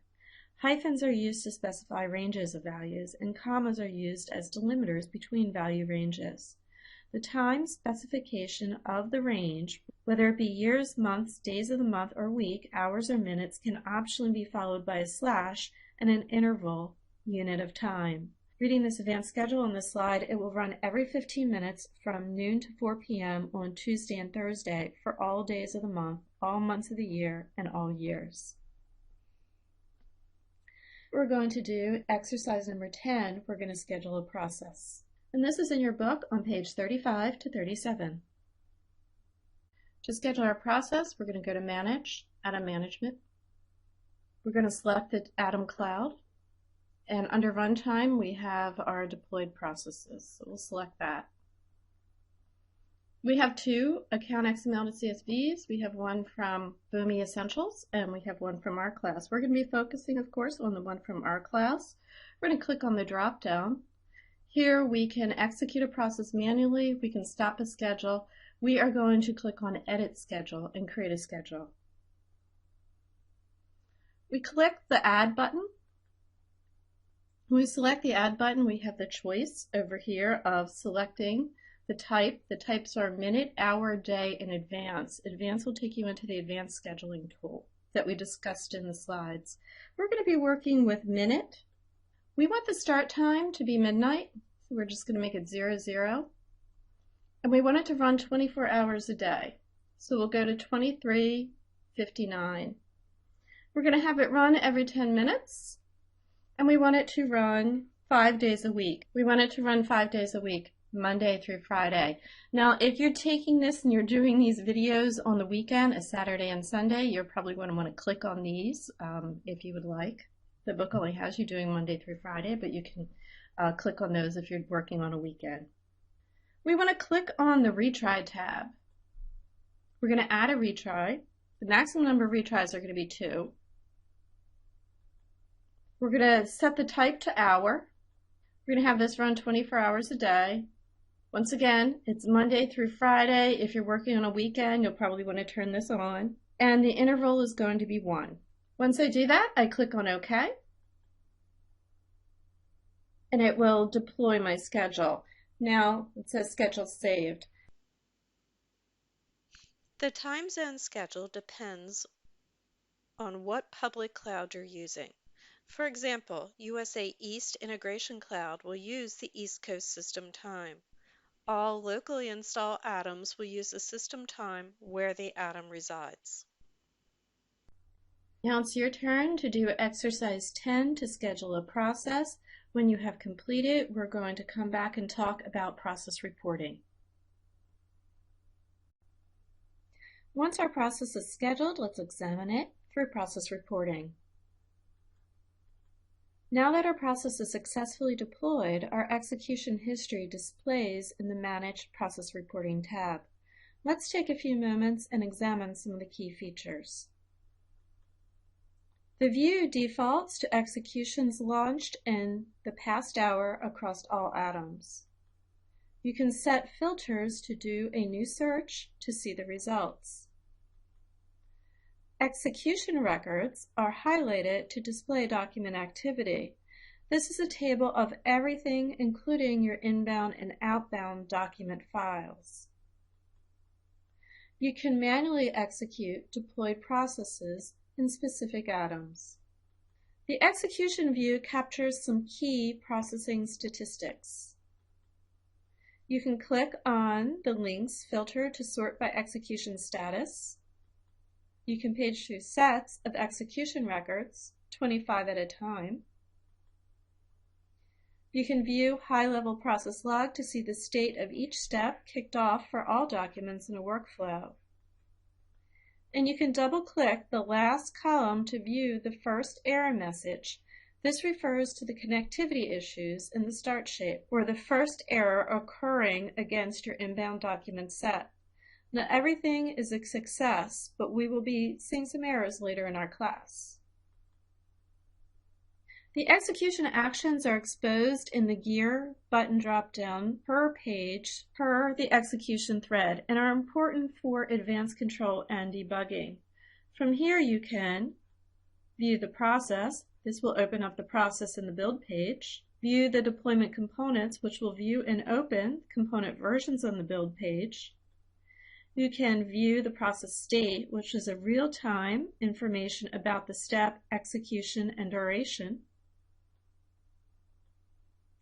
You can view the extended information. Admin privileges are needed to view the execution, process, atom, and deployment IDs, and the ability to download the execution artifacts. So now what we'll do is exercise 11, process reporting. This is in your book on page 38 to 40. To execute process reporting, we'll go to Manage and Process Reporting. We'll click on the auto refresh. We'll set it on. We'll move it over and set it to on, and the auto refresh is turned on, and the table will be automatically refreshed every minute.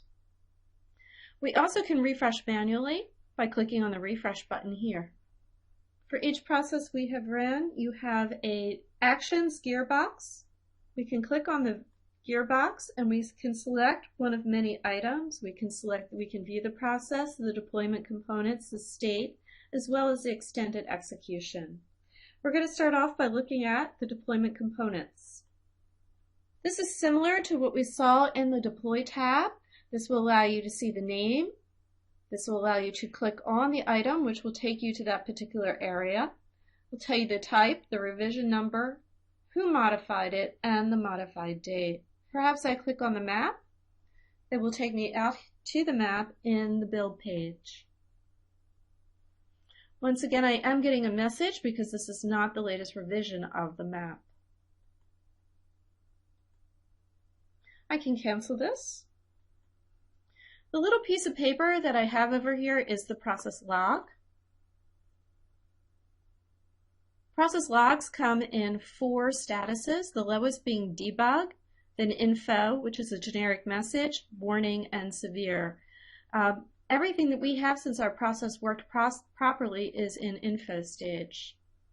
It'll give you the time, the level, which shape it's doing. Is it initializing, the start shape, the branch shape, any specific information, anything that's executing, and then the message itself. And it'll tell you some general information.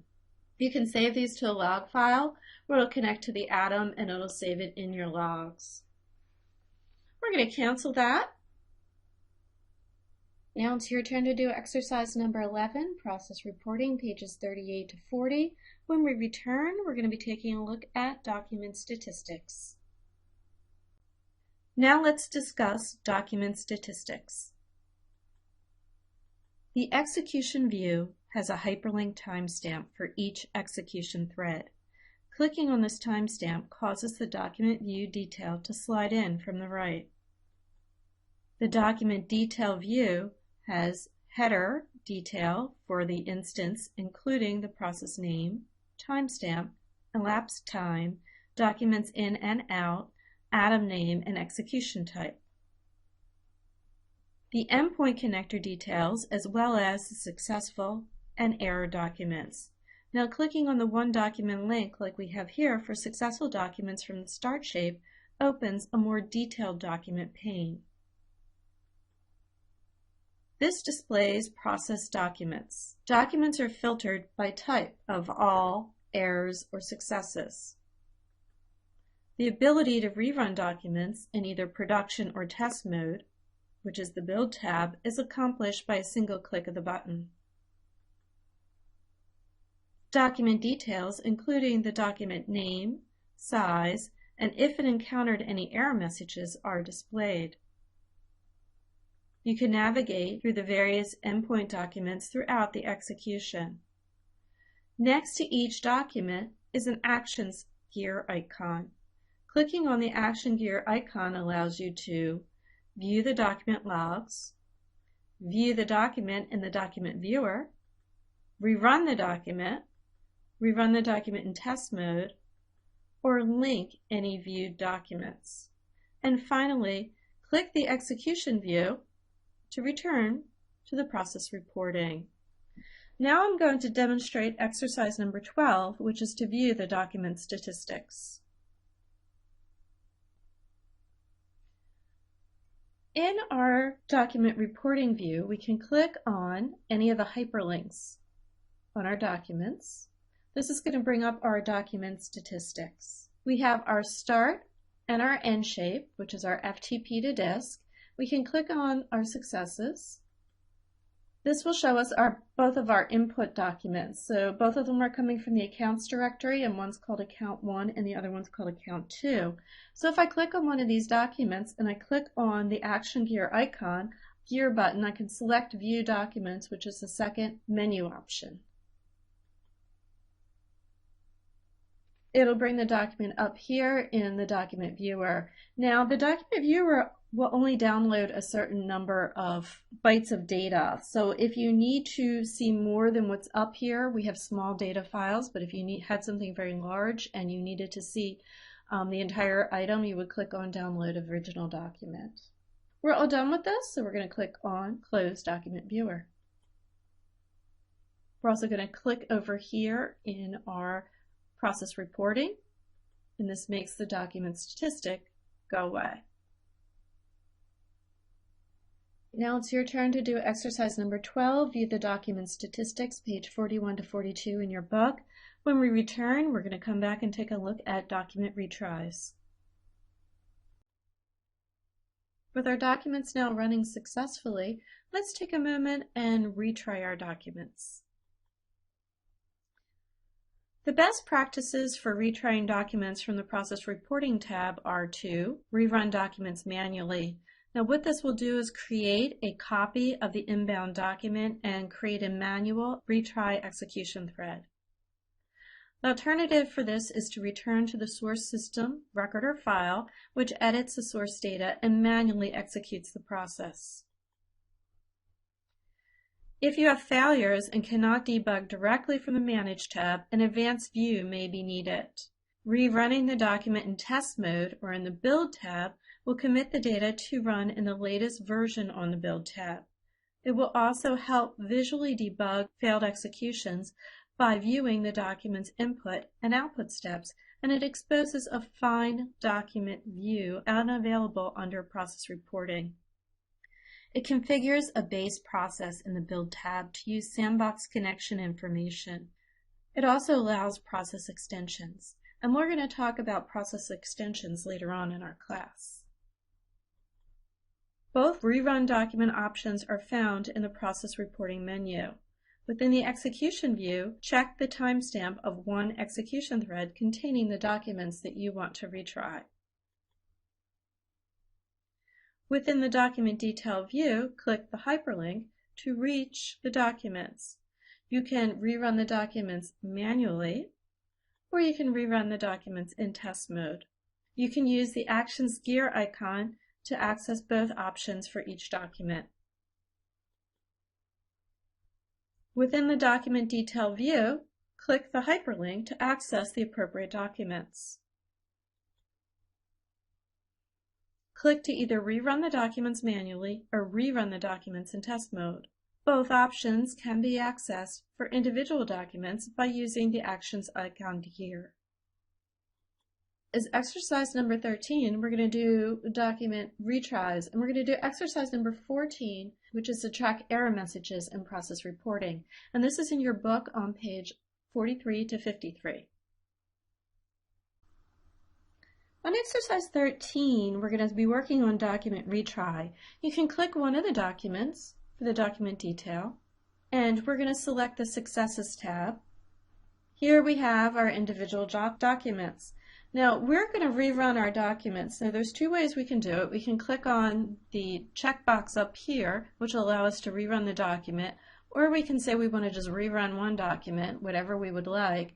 When we go to click on rerun, we can do all successes or only those that are selected. So I'm going to rerun one document to make it stand out a little bit more, and I'm going to select it. It's going to say, are you sure you want to rerun your document? And I am going to say OK. It's going to go out. It's going to rerun my document. I'm going to return back to process reporting just by clicking over in that area. I'm going to do a refresh by clicking on the refresh button. And notice that I now have a process come up. And the icon for this process looks different than the icons that I've had so far. So far I've had a calendar icon, which means that it is a scheduled process. But this is a little bit different. This is a bubble person with a triangle on their shoulder, and this indicates that this is a manual retry. Now, if I wanted to narrow this down, perhaps I wanted to add a call into support, and support says, well, you might be having a problem somewhere, you're process reporting, and there might be 5 or 6 different problems. I want to narrow it down and only look at the one that you're calling about. They will be asking you for something known as the extended information. So I'm going to come over here and show you how to get that from the Actions gear drop down. Down here you have something known as View Extended Information. When they ask you for your execution ID, this is where you're going to come to get it. You're then going to take that execution ID, you're going to highlight it and copy it, and you're going to provide it to support. Now what support is going to do is they're going to add a filter. And you can filter on quite a number of different things. We can filter on atoms, processes, and one of the things that we can filter on is the execution ID. So if I right click here, what you're going to see is it narrowed it down. It narrowed it down for my execution ID, which was my manual execution retry, that only had 1 coming in and 2 going out. If I want to erase the filter, I just click on the X and that'll clear out all of my filters. We're going to do a manual execution. The way you do a manual execution is you come up here where it says Execute Process. You can select the atom that you want to run it on. We're going to run it on the Atom Cloud. And you tell it the process you want to run, which is going to be our account XML to CSV. We're going to give it a moment. You can tell that it ran because instead of it having calendar or the bubble person instead of having the bubble person with the triangle, which is your manual retry execution, it is just a plain bubble person looking forward, which is your manual execution. So that is exercise 13. Exercise 14, we want to track error messages in process reporting. We're going to return to our build tab and we're going to force an error to occur. A very simple error, we're going to go into account XML to CSV. This is in our administration one. Is we're going to click on the operation for the FTP and we're going to configure it.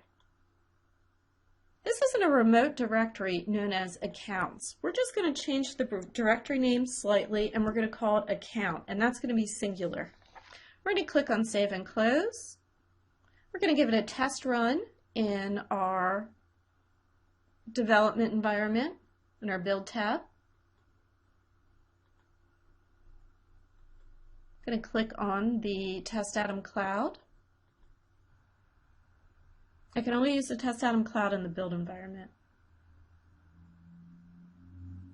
All right, it goes out and it runs and it gives me an error message, which is exactly what I wanted to do.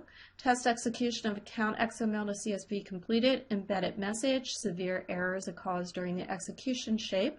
It's caused by error getting the FTP file because it failed to change the directory. The directory name is basically incorrect. So we're going to click on Close. It is time to package and deploy your process. Your activity guide contains the details you need to enter for package components and deploying your process. The video will continue with the step after your process is deployed. Pause the video now to package and deploy your process. We're going to execute our process.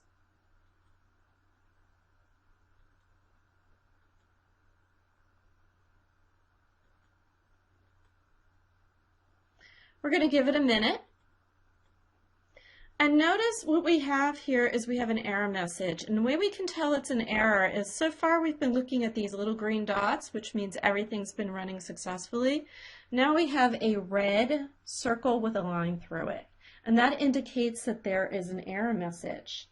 The error message is displayed over here. It says that we have a severe error that occurred during the start shape. We're terminating the process. It was caused by getting the FTP file, FTP 550 change directory. We can click on Cancel, and this is what an error message would look like. If I come over here and I look at my logs, this is what the error looks like in your log. It turns red when it is severe, and it gives you the error message. All right, so this will continue to run and we will continue to get error messages. So if we want to clean them up and make it green again, we'll go back to the Build tab. We'll go into our Integration Administrator 1. We'll come over here and we're just going to make this Accounts. Save it and close it. Save and close the process. Now it's time to do exercise 13, document retry, and exercise number 14 to track error messages in your process reporting. This begins on page 43 and it goes up to page 53. Hello and welcome back to Administrator 1. The first section focuses on what an administrator needs to know when setting up an installation and some routine tasks. This section continues examining routine tasks and focuses on the tasks an administrator occasionally performs. In this section, we're going to examine low latency processing and the different runtime types. This includes add-on workers, certificates, and listeners. The term latency is the delay from input or the receipt of inbound information request until the execution begins processing. To set a document as low latency, click the process mode on the start shape, or you can click the options in the process canvas. There are two process mode types, general and low latency. Low latency greatly increases process execution speed by not logging every process state. This reduced logging allows the process to execute mainly in memory where changes and other shapes can execute quickly. If you need to execute a high volume of process calls within a short time, access low latency. As I mentioned, to obtain faster performance, a low latency process does not track as much information as a traditional process. It does not track request or response data, meaning you cannot view request or response data, and you cannot retry a low latency process. Process metrics are not recorded in the View Process State dialog. The process is available. The inbound Data's document logs are disabled. When a process runs in low latency, it executes in the heap space allocated and does not use the shared file storage to store the data. When running the data across the network to the data storage, it causes a performance effect. Low latency reduces the amount of data written to the file share. If the Services Enabled feature is installed with a local atom or molecule, there are no further requirements. If you use Services Enablement within the Dell Boomi Atom Cloud, you must contact your Dell Boomi support team about having an Atom worker, which will be discussed in the next slide, enabled for your account. The following connectors are listeners in low latency mode processes: AtomQ, JMS, MDM Listener, MLLP Server, and the Web Services Server. When a process call volume is high and the requirement is low latency, an Atom worker can be used to meet the necessary performance. An Atom worker is a reserved resource in the Dell Boomi Atom Cloud or in the private Atom Cloud, dedicated to processing certain types of requests for a given account. So if you are using a local atom or molecule, you do not have access to Atom workers. The following connectors make use of Atom workers: AS2 Shared Server, JMS, MDM Listener, MLLP Server, and Web Services Server. Now please note, if you use the Dell Boomi Atom Cloud and would like to enable Atom workers in your account, or if you would like to have more Atom workers enabled for your account, please contact your Dell Boomi representative. If you are using an Atom worker on the Dell Boomi Atom Cloud, the following limitations apply. For Web Services Server connections, the greatest number of simultaneous web service process executions is 20, with 10 queued. For low latency mode, requests running on the Atom worker, the greatest web server process execution time is 30 seconds. You can set a process to use low latency in the Process Options dialog. There are some minor differences in the process executions using an Atom worker. First request causes the Atom worker to start and can cause some delay in execution time. On the Attachments Quota tab, cloud owners can set the minimum Atom workers property. The property specifies the number of Atom workers needed to run at all times. Atom workers are configured to run for a specific time. The default is 24 hours, and then to shut down automatically. A new Atom worker starts at the next request. Cloud owners can also set the Atom worker warm-up enabled property to make sure the Atom workers are running and ready to take over when the other Atom workers shut down. You can change the length of time after the Atom workers stop. Listener processes are used for event-based integrations. The start shape of a listener process has a connector with the listener action. Once a listener process is deployed, the start shape monitors incoming requests to the endpoint defined by the shape's connector operation and the Atom's server settings. Each incoming request is routed to the rest of the process along with any posted document. The following connectors support the listen action: AS2 Shared Server, AtomQ, JMS, MLLP Server, SAP, and the Web Services Server. In the case of the Web Services Server, endpoints can optionally be defined. The API management feature is enabled. Within Atom Management, the Listeners panel is deployed for listener processes to individual atoms, molecules, and atom clouds. For each listener, it is possible to restart selected or all listeners for the selected atom, molecule, or atom cloud.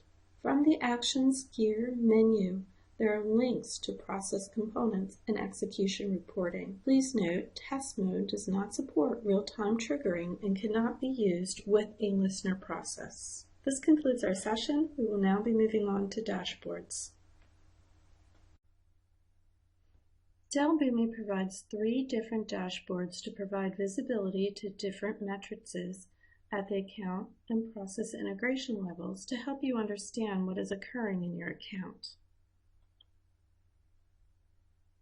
The dashboards offer administrators a location to quickly view a summary of recent activities within their account. For partners supporting many customers, the dashboard can provide a summary of all your customers' integration activity, highlighting recent errors and execution trends. AdamShare offers 3 types of dashboards accessed through the dashboard menu. The account dashboard provides a summary of the integration activity at both the account level and the Atom, Molecule, and Cloud runtime state. The HTTP status dashboard provides a summary of HTTP service logs, which mainly log metrics of incoming web service requests. The real-time dashboard provides a summary of published web service processes configured as low latency, which do not capture execution history in process reporting. Please note, only the account dashboard is available to all accounts, while the HTTP status and the real-time dashboards are only available if the Services Enablement feature is activated in your account. The next few slides will examine each in detail. This slide contains the account dashboard for the Boomi Training parent, which creates all of our training accounts. It provides the integration account activity, including runtime atoms, molecules, and cloud state. By default, details of your account are displayed. This is the only view for direct customers. Partners can use a filter feature to search and display statistics for their managed accounts. Click on your Account button to access filter options to set the framework for all other dashboard sections. Atom status displays both online and offline Atom real-time processing totals for the account being viewed. Process errors shows all processes in the account with errors. This is sorted by the number of execution errors. You can view the symbol to observe the specific error process in your Process Monitoring tab for more details. Throughput displays the total volume of data processed across the account or all accounts in a particular account group. The overall throughput size is calculated by the average total document size in and out. Pending executions shows upcoming scheduled processes deployed with the next execution time. The execution count displays the total process executions, including subprocesses, for a particular account across all accounts in the account group. The green line shows successful process executions, and the red line points to process executions resulting in an error. Document count shows the total number of documents processed in a particular account or across all accounts in an account group.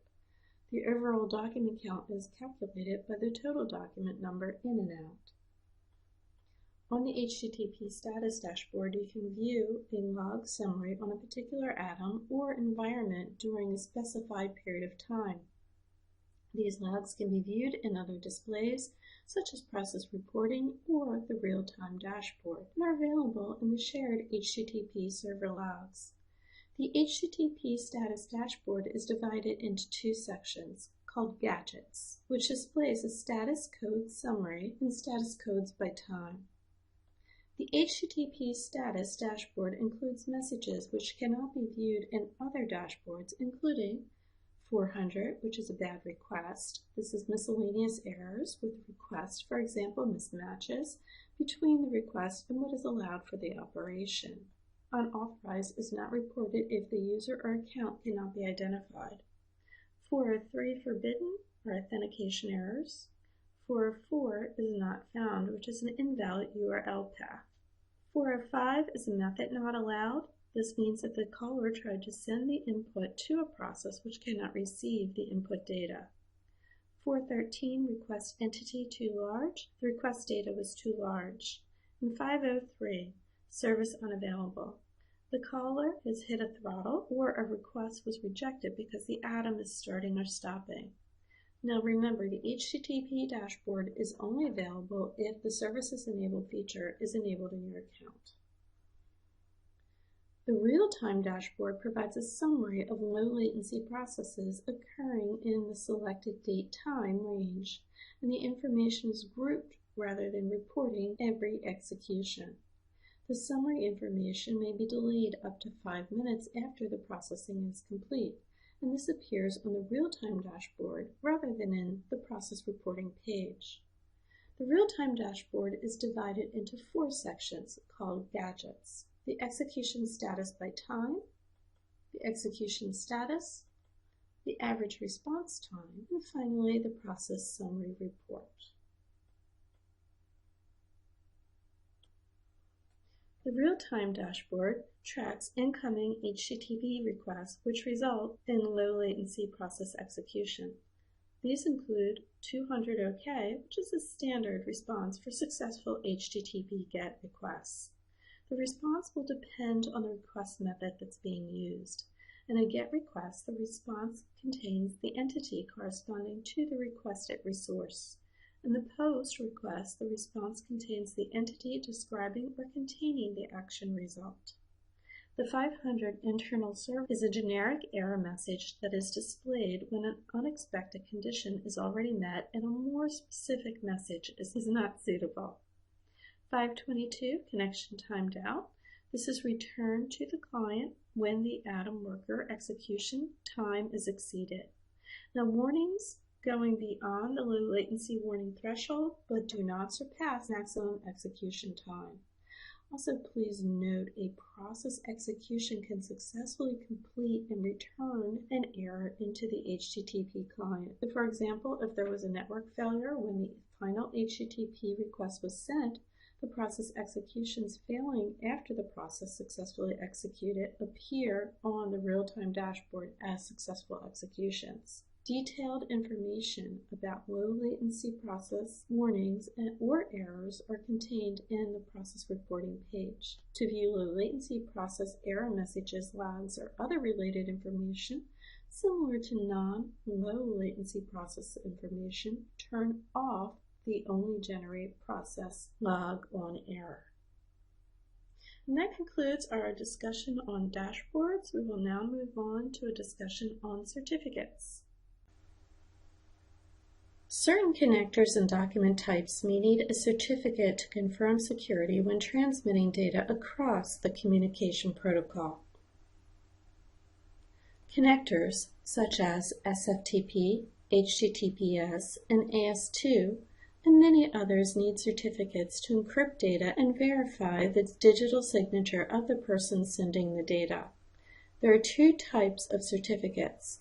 The Certificate Authority Certificates, or the CA certificates, are not Atomsphere components. And then the Dell Boomi certificates.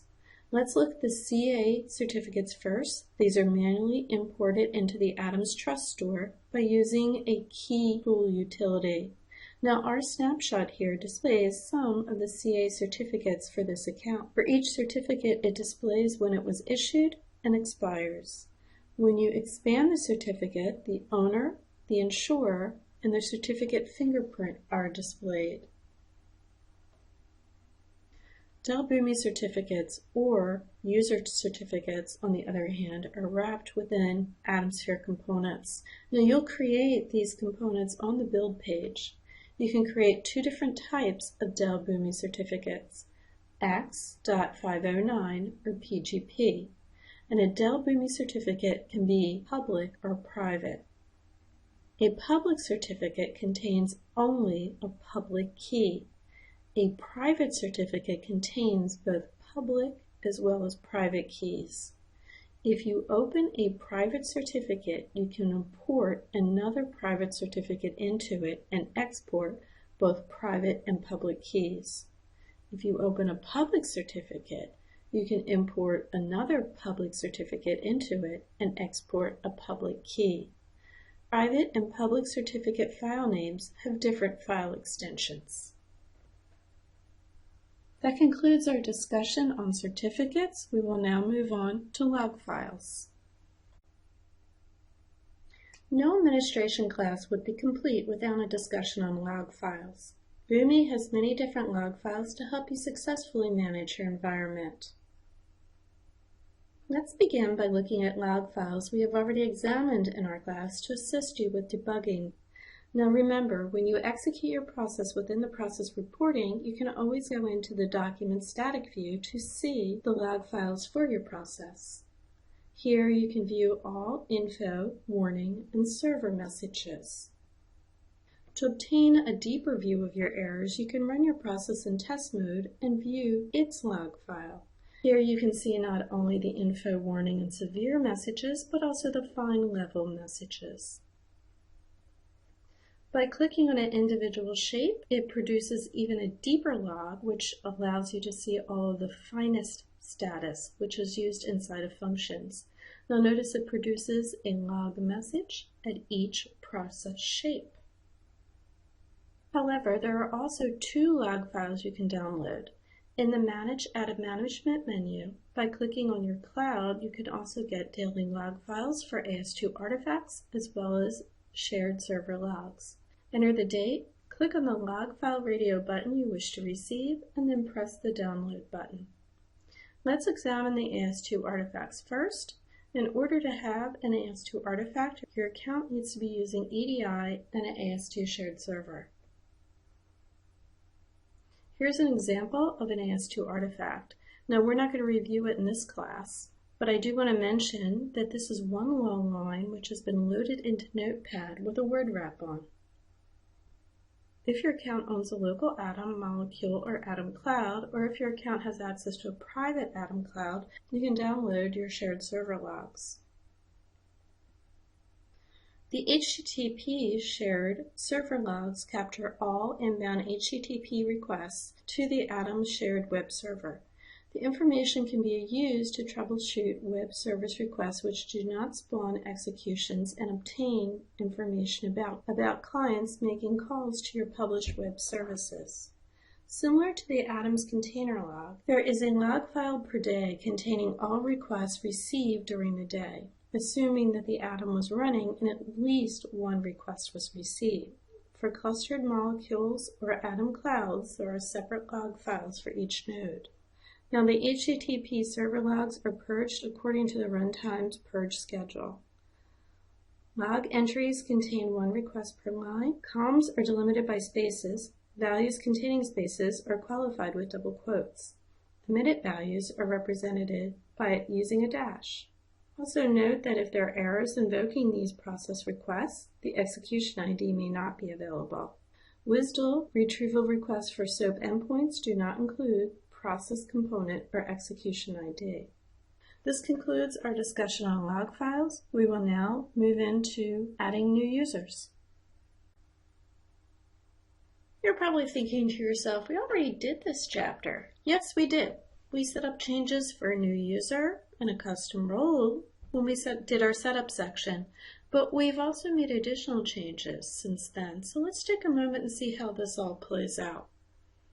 In the installation section, we discussed user, roles, and privileges. Now let's take a look at this with a bit of a twist. Remember, a Dell Boomi platform user corresponds to the unique email address given direct access to one or more Dell Boomi accounts. So in this example, I am going to create a new user called boomiadmin1. A role is assigned to a user to enable a list of privileges, and a user can be given access to many roles. I have assigned the role as a standard user.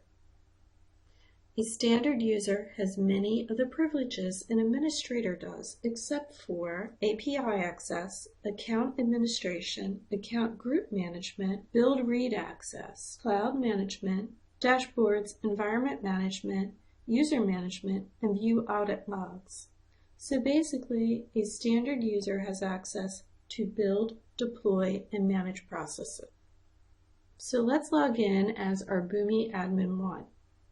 And we open our process. Notice that a message in yellow states that the component has been opened in read mode. You will not be able to save changes to the component. Do you know why we're getting that error message? Well, let's take a look at the folder and look at the icon to the left. It is a folder with a person on it, which basically means that the folder is locked.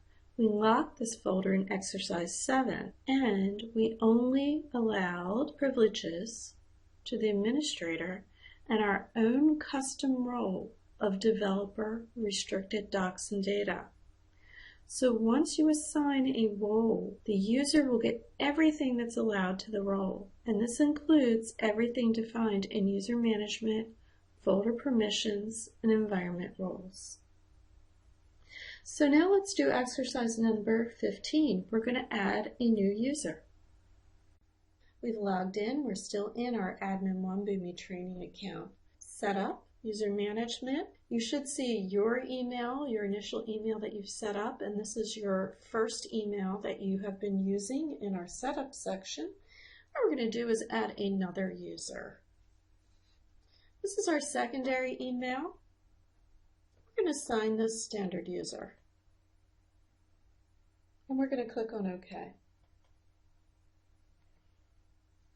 The message has been displayed. We registered a new user, youremail2.gmail.com. The email has been sent to your user with their login credentials. We're going to log out of our session.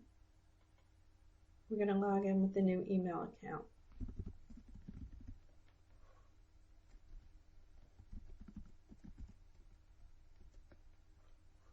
We'll click on Login. I've now logged in with my new Boomi account, and I've opened up account XML to CSV. I notice that I have a message here. It says this component has been opened in read mode. You will not be able to save changes to this component. So why is the reason why we're getting this? And you look at the administration.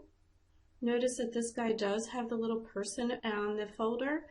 And we've set this up that the only two people who have access to this is the administrator and the custom role that we've created. They have write access. Everyone has read access. We have been set up as standard users, therefore we only have read access to this particular folder. Now it's your turn to do exercise number 15, add a new user. When we return, we are going to be taking a look at user alerts. As an administrator, you want to be notified of system issues. AdamSphere provides alerting and methods for triggering alerts. First, we will look at the various alert messages, and then we will learn how they are created. Once a process is deployed, we can receive external alerts in the event that the process fails. Email alerting, along with RSS feeds, track processing without having to log into AdamSphere, and messages are combined and sent from the platform roughly every 5 minutes. From the account dropdown, select Setup menu and then Email Alerts to create an email alert. Within the email alerts, click Add Email Alert to subscribe to email alerts for your user logged into AdamSphere. Search and define the preferred account name. Define the preferred account log level. There's Info, all account activity, Warning, which is all account warnings and errors, and Error, which is all account errors. Finally, we can specify the event type. All means all 3 types. Account.status alert identifies the recorded time the atom in the account is offline or online. Process.execution alerts identify the start and end times for the atom's process executions. The number of inbound and outbound documents are recorded, along with any documents which met the errors during the process execution. The alert includes process execution IDs and a link to the execution. Clicking the link takes you to the process on the process reporting page. Info-log level alerts always send execution status if the process runs to completion. Additional warning and error alerts can also be logged depending on your process flow. The user.notification alert identifies the notify shape was included in the process execution. The message level, info, warning, or error set in the notify shape affects the email alert type sent, but does not stop the document or the set of documents for processing to completion. We will examine each of these user alerts. Let's review the different email alert types sent out from the platform. The user alert describes the atom status and identifies when atoms are offline or online. In this example, we're displaying a local atom is offline. This is an example of a process execution error. Now, remember, the process.execution alert identifies the start and end time for the atom's process execution. The number of inbound and outbound documents are recorded along with any documents which met errors during the process execution. The alert includes the process execution ID and a link to the process execution. Clicking the link takes you to the process on the process reporting page. Info log errors always send an execution status if the process runs to completion. Additional warning and error alerts can also be logged, depending on your process flow. We will trigger a process.execution using an exception shape in this section. This is an example of a user.notification alert. This identifies the notify shape was included in the process. The message level, info, warning, or error is set in the notify shape and affects the email alert type sent, but it does not stop a document or a set of documents from processing to completion. We will trigger a user.notification in this section. During this section, we will produce process.execution and user.notification email alerts. Before leaving the topic of email alerts, I want to mention a few quick items. You can set up email alerts for distribution lists if needed. Take a look at the reference guide for instructions. All alerts reported within a 15-minute period are grouped together by event type and sent in one email. Now, when a user sets a time zone on the User Information tab, messages use that time zone for dates and times. Low latency processes do not generate email alerts. Email alerts set up before a selected event type subscribe to all event types. To change the event selection, delete the existing email alert and create a new email alert subscribed to the event type at the logging level about the notification. Finally, when using test connections in the test environment, email alerts are not received about deployed process executions or atom statuses that they're executing. Also, you do receive RSS feeds and can use the event object in the API to query notifications. So I am now going to demonstrate exercise number 16, set up an email alert. This is in your book on page 58 to 59. Continuing on, exercise number 16, setting up your email alert. I'm going to click on the Setup menu. Email alerts is the second item. We're going to click on the Add Email Alert. It will ask us to choose the account. We're going to select this account.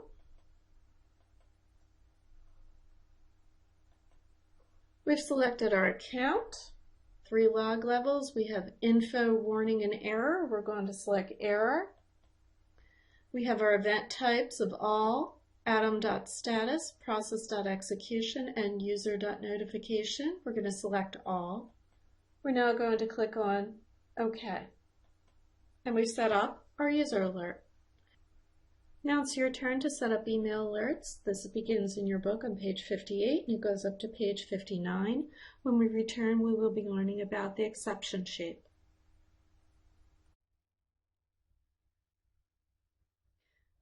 The exception shape produces process execution user alert. In this section, we will examine the exception shape and see the error it creates. The exception shape provides the ability to stop the data flow down a path and to find custom error messages reported in the Manage tab.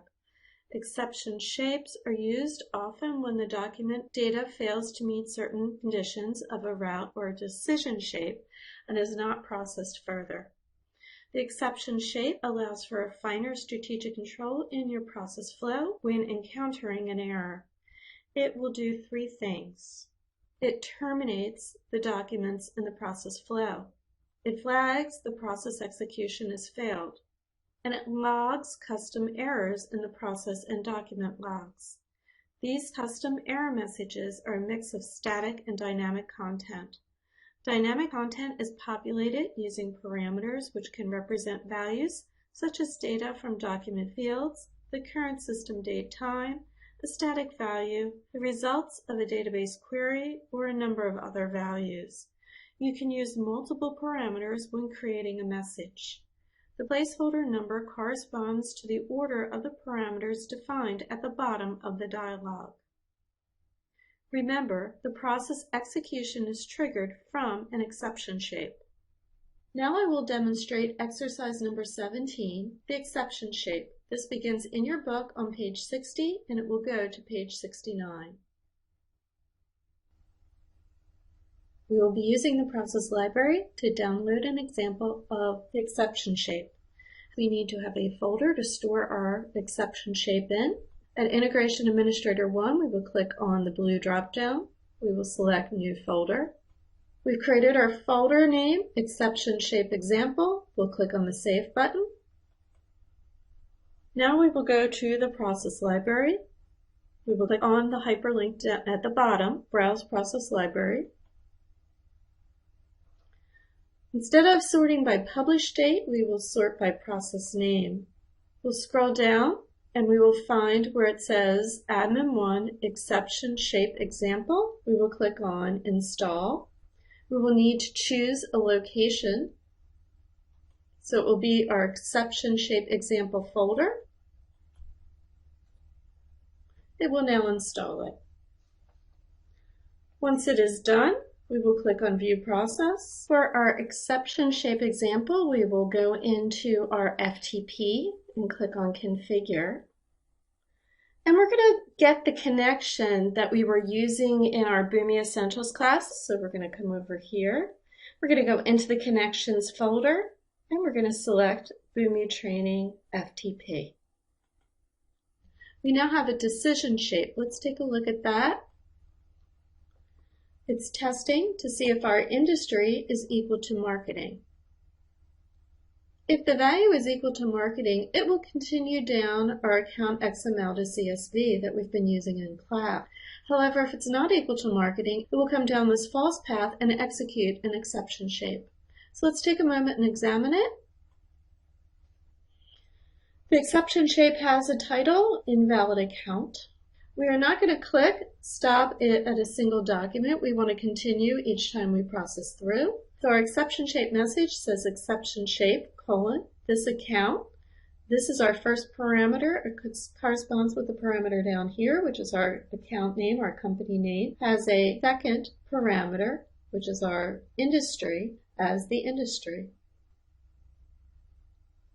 Next, we will run the exception shape in test mode to see the error.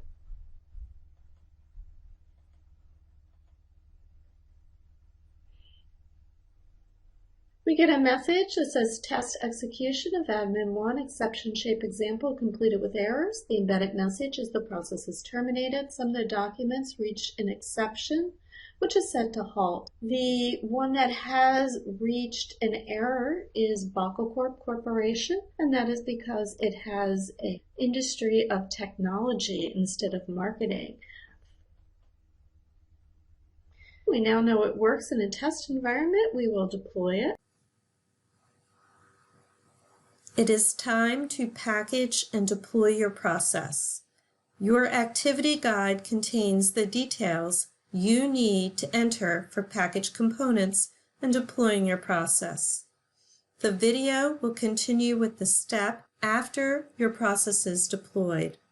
Pause the video now to package and deploy your process. I'm going to execute the process manually. I want to make sure that I execute my admin1 exception shape.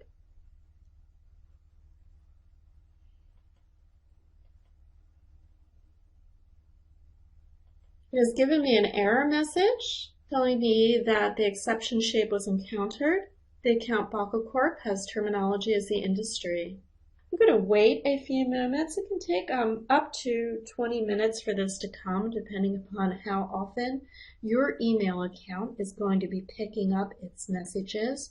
We will send this out every 5 minutes, but it does take a little bit of time sometime if your email is not picking up the messages.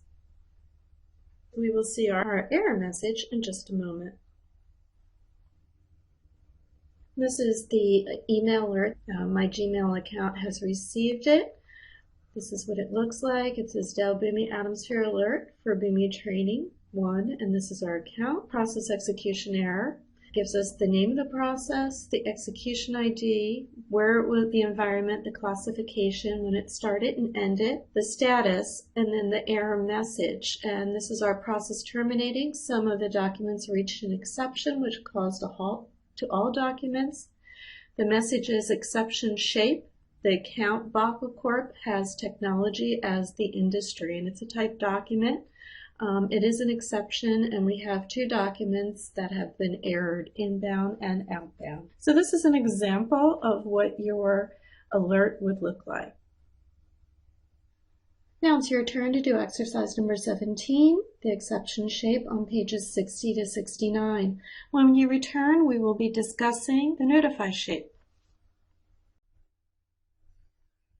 Our final section with routine tasks is the notify shape, which creates a user alert. In this area, we will look at the notify shape and see the error it creates. The notify shape builds custom logs and/or sends notification messages to your subscribe email alerts or RSS feeds. The notifications are either static messages or include dynamic content by using input parameters. When a process has a notify shape, it creates one or more notifications for each process execution at the document level. This means you do not receive a separate notification for each document which passes through a process. You are using a dynamic document level content within the notification. The data is then grouped together into a single message and sent to the user's email or RSS feed after process execution. Using the notify shape within a process does not change your data. It is designed to read in any relevant document fields or properties and then pass along the document to the next shape untouched. Remember, the user.notification is triggered from the notify shape. So now I'm going to demonstrate exercise number 18, the notify shape. And this begins in your book on page 70 and it goes to page 79. As with the exception shape, we will need to download from the process library a copy of the notify shape. We will click on the Integration Administrator 1 folder. We will click on the drop-down. We will select New Folder. And we're going to call this Notify Shape Example. We're going to create a folder called Notify Shape Example. We'll click on the Save button. Next, what we will do is we will click the process library. Instead of Publish Date, we will select the process name. We will see it says Admin 1 Notify Shape Example. We will install that. We need to select the directory. So we will select the directory where it says Notify Shape Example, and we will install.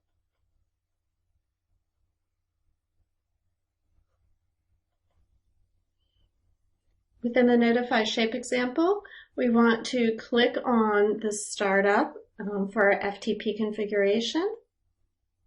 And we want to get our FTP connection, and we're going to be reusing the FTP connection that we set up in this count in our Boomi Essentials class. We will get this by clicking on #connectors, and then we will get Boomi Training FTP. We'll click on OK. The addition to the process is a notify shape. We will click on the title. It will say Invalid Company. You can give it a message level of information, warning, and error. We are going to select error. We have our message that says Notify Shape. Paren 1 is pointing to the company name. Has.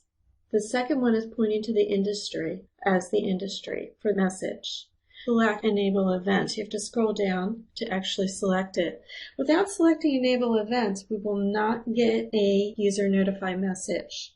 We're not going to do a log, and we're not going to write it once per execution. We'll click on the OK button, and we want to test it to make sure it works. We'll click on the Test Atom Cloud. Notice we are getting a message saying the exception shape, Bacco Corp has a technologies industry. This is failing on the exception shape. However, to see the notify shape message, we need to come over to the notify shape. We need to scroll up to see it. It is down here at the bottom. It says invalid company, notify shape, Buckle Corp has technology as the industry. Next is deploy this.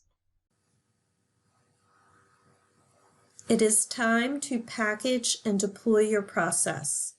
Your activity guide contains the details you need to enter for package components and deploying your process. The video will continue with the step after your process is deployed. Pause the video now to package and deploy your process. We're going to manually execute it to the Atom Cloud. I'm going to select the notify shape, and we will now execute it. We're going to have to wait a few minutes to get the message. This is an example of a user alert for the user notification error. We have the process execution error. We have the user notification error. They are different. This one was triggered from the exception shape. This was triggered from the notify shape. This says the same thing, pretty much the same message as the other one, but they are saying where they're being generated. Now it is your turn to do exercise number 18, the notify shape. This begins in your book on page 70, and it goes all the way up to page 78.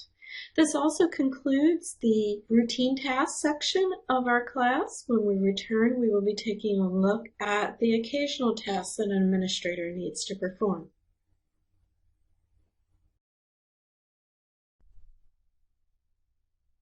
Our final section contains the task a production administrator occasionally performs. This includes setting up environment extensions, document tracking, component locking, and it ends with process deactivation. Both developers and administrators use extensions in their environment. So let's begin by defining an extension.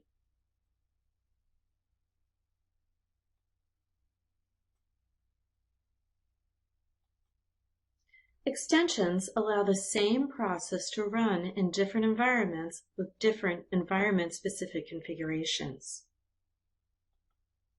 It allows you to define certain configuration settings within your process, such as the connection information to be specified at the deploy time instead of the build time. With extensions, you can develop a single process, but specify different settings for each location when deploying the process to multiple atoms or environments. Process extensions are defined within the process component. You can define extensions for connections, trading partners, dynamic process properties, maps, cross-reference tables, and PGP certificates. Now that we understand what extensions are, let's define the reasons why we want to use them. Multiple environments. The most common reason involves connection information and having many environments. In more formal development life cycles, there are often many instances of the application to connect to, such as test and production instances. For example, assume you have a process connecting to a database server. The test and the production instances of the database server probably have different host names, usernames, passwords, and maybe even ports. Within the process, you can define the varied environment settings as extensions, and then provide the test credentials when deploying to the test environment, and the production credentials when deploying to the production environment. Integration packs are packaged integration solutions. Each deployed integration pack has its own connection information and process property values. You can define extensions for this information in the underlying process configuration to enable integration pack users to customize the packaged processes for their needs by setting up extension values. Now you can optionally configure extension packs to allow many installs by enabling users to use the same processes with different extension values. Integration packs are going to be part of our new Administrator 2 class.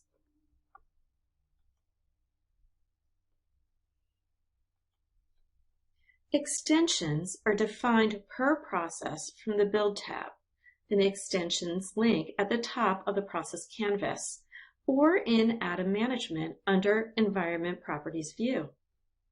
If a common component, such as a connection, is referenced by multiple processes, each process must extend the component. This is a little different from shared components, so it's easy to miss. The process must be deployed before the extension values are overwritten in Atom Management. Once an extension is overwritten, the other processes with the same extension in the same environment will automatically use the value. Finally, extensions can also be set in test mode per process per atom. To create an extension, first,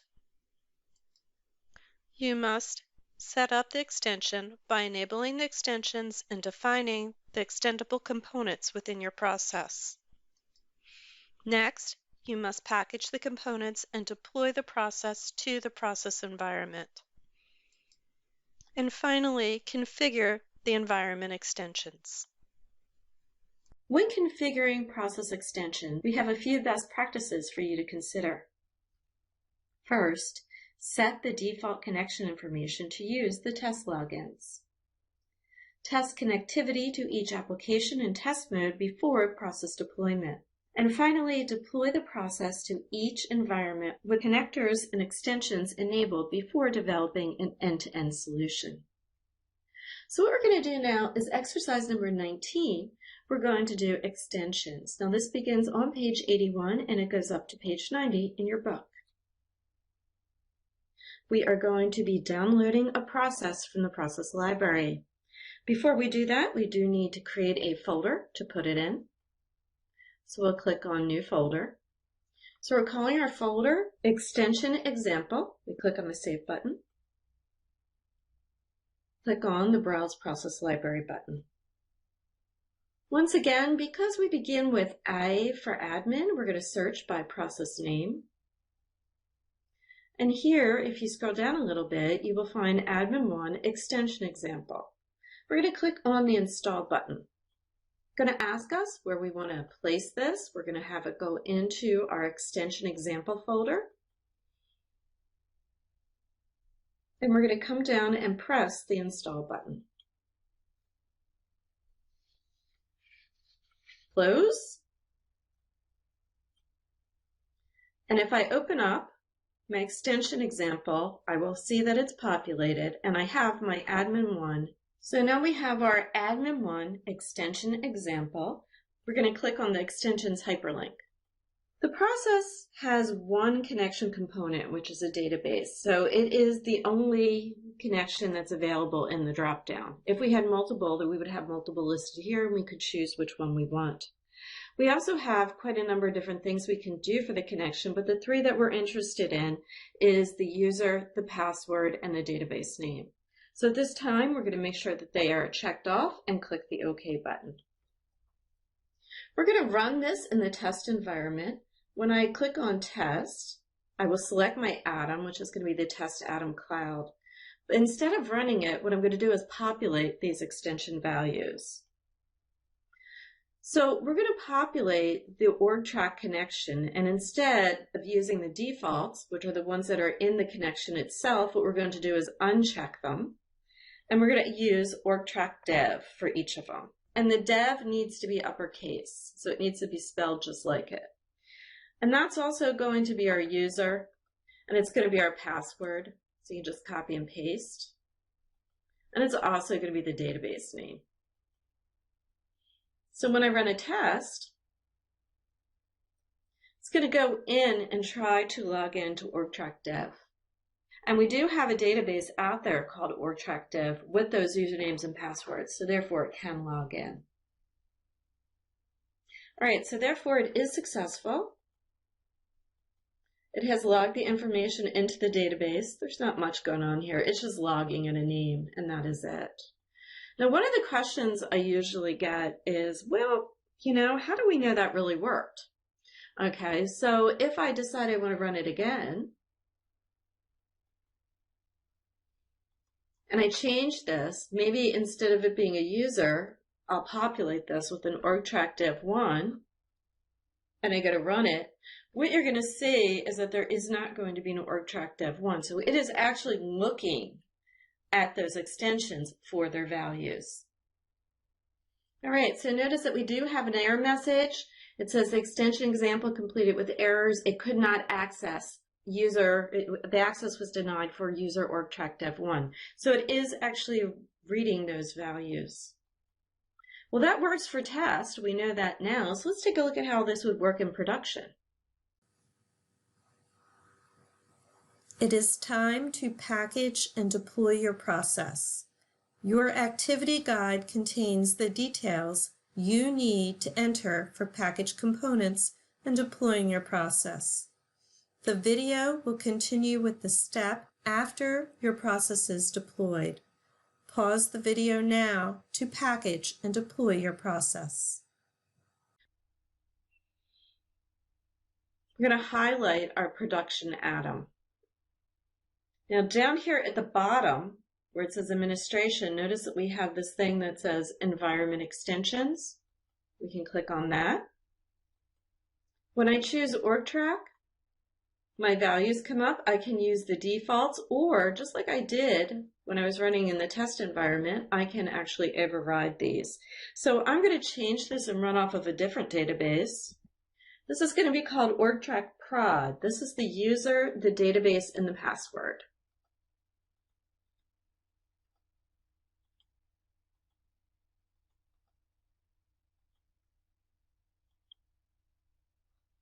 I'm going to go into process reporting, and I'm just going to execute it.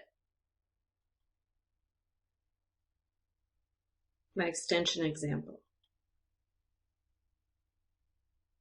We'll give it a moment. Notice that this ran. I have a no data start shape. This is the name of the connection, which is going into the org track prod.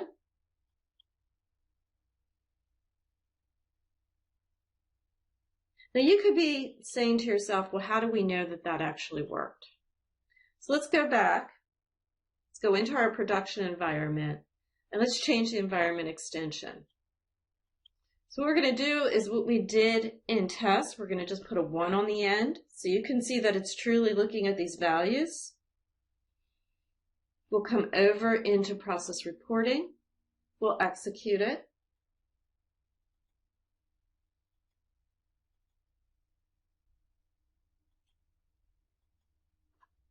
I'm going to click on the refresh button. Now notice that it failed. The reason why it failed was that there was an access denied for org track prod 1. So it is looking at those values.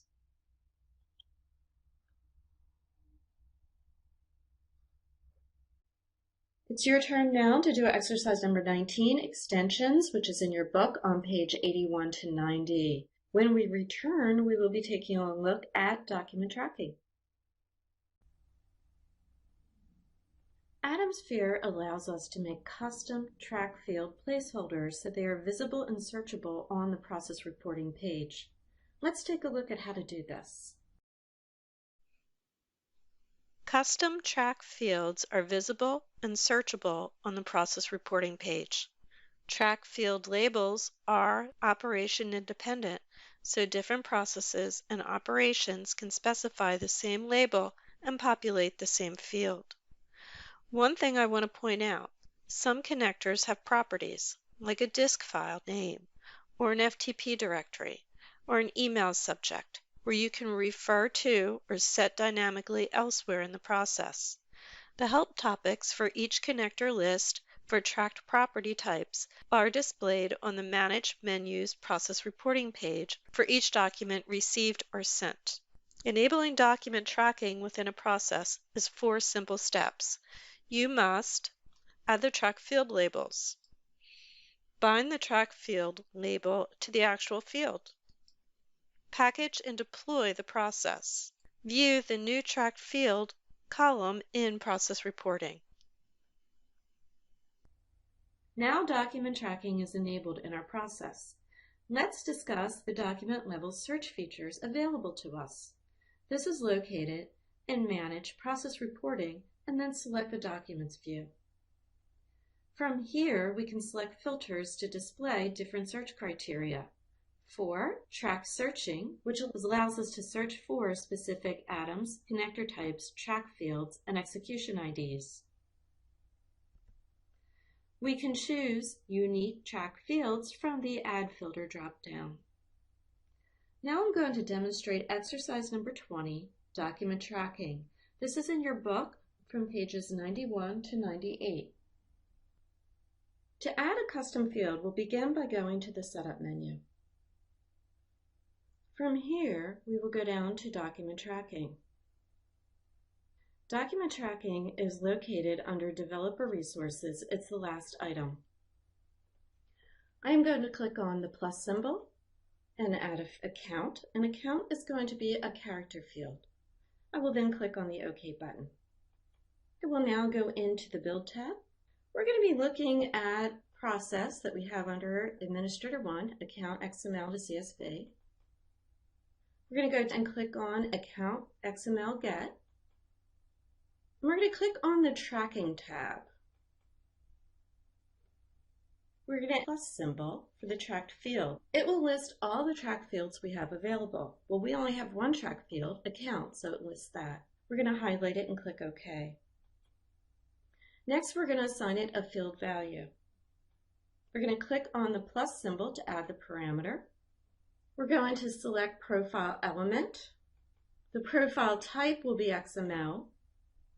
We will select the profile, which is going to be Account XML, and then we will choose the field that we want to use, which is going to be the company name. We will then click on the OK button. You can have up to 1,000 characters in the track field value.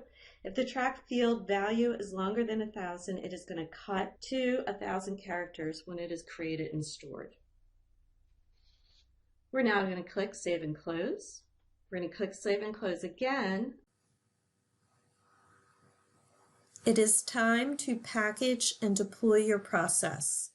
Your activity guide contains the details you need to enter for package components and deploying your process. The video will continue with the step after your process is deployed. Pause the video now to package and deploy your process. We will now execute the process under the Atom Cloud.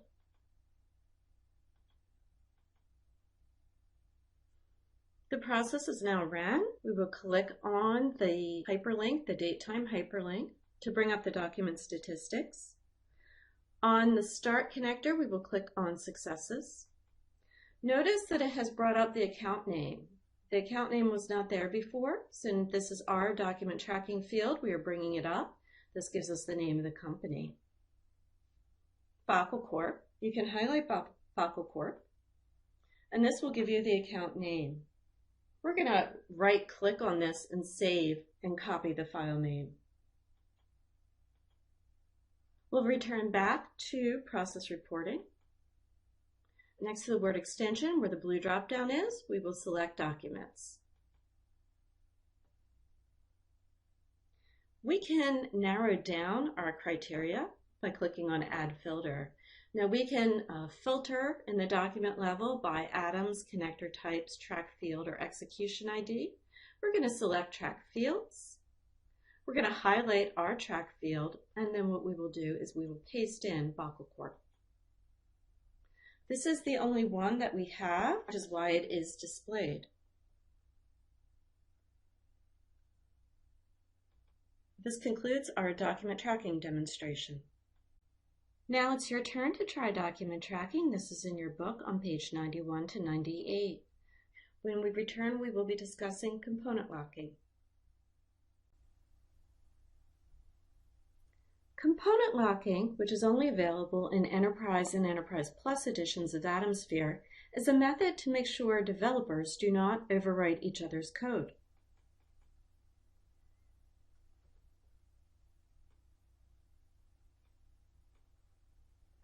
If you work for a large company or enterprise with many AtomSphere users, You may have met the problem where one or more user opens and edits the same component at the same time. Each user does not understand that the other is editing the component and makes their changes independently. The result is whichever user saves the component last wins and retains his changes.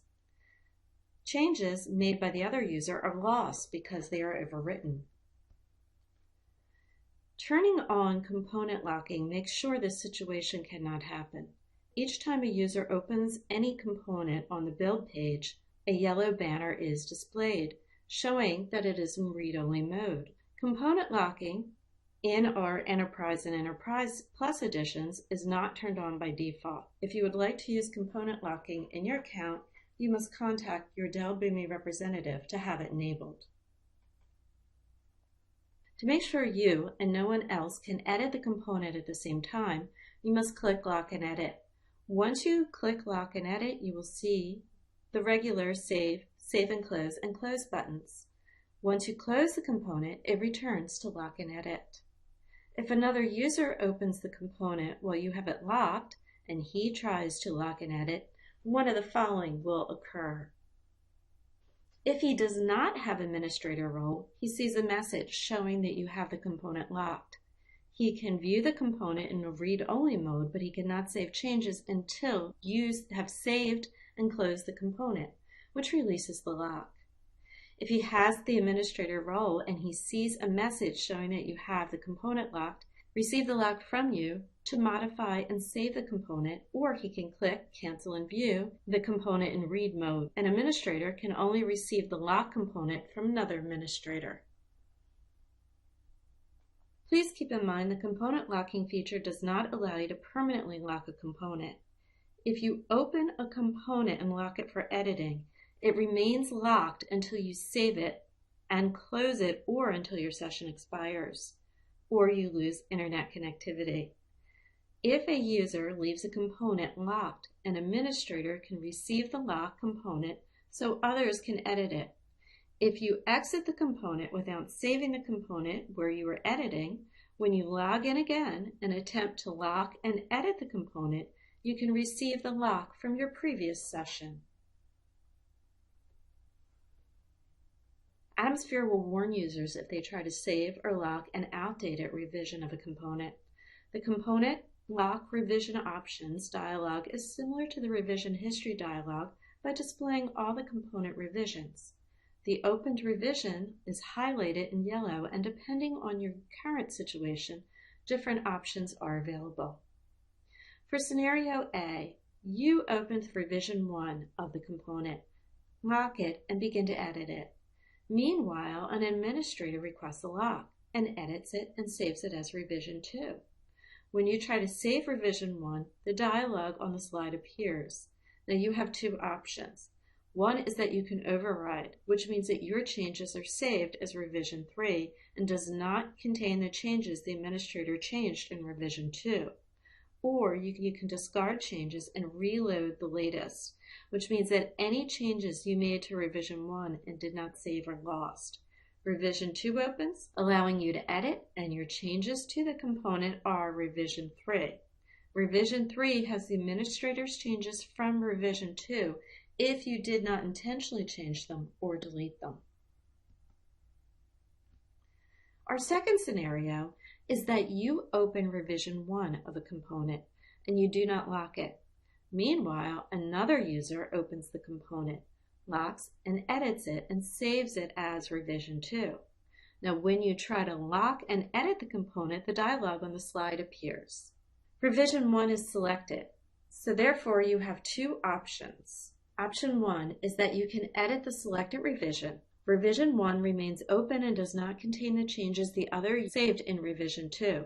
You can edit revision 1. If you edit and save the component, you see the override option. If you select the override option, your changes are saved as revision 3. Revision 3 does not contain the other user's changes from revision 2. The other option is you can discard the changes and load the latest. Any changes you made to revision 1 did not save and are lost. Revision 2 opens, containing the other user's changes. You can edit revision 2. If you edit and save the component, you can see the override option. If you select the override, you can change your changes are saved as revision 3.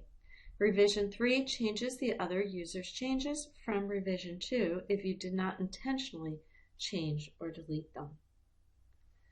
This concludes our discussion on component locking. We will now enter our final topic, which is process deactivation. We will now discuss process deactivation. We have explored the key administration features for the production process. Let's now review the ways we can stop the schedule to prevent scheduled processes from running and how to undeploy the process to regain licenses. I will now demonstrate exercise number 21, process deactivation. We have explored the key administration features for production process. Let's now review the ways we can stop a process from running on an atom. This is important in emergency situations where data needs to stop syncing. In this exercise, we will stop the schedule, undeploy the process from the environment, and stop email messaging. First, let's stop the schedule. We'll go to Manage and Atom Management. We'll select the Production Atom Cloud,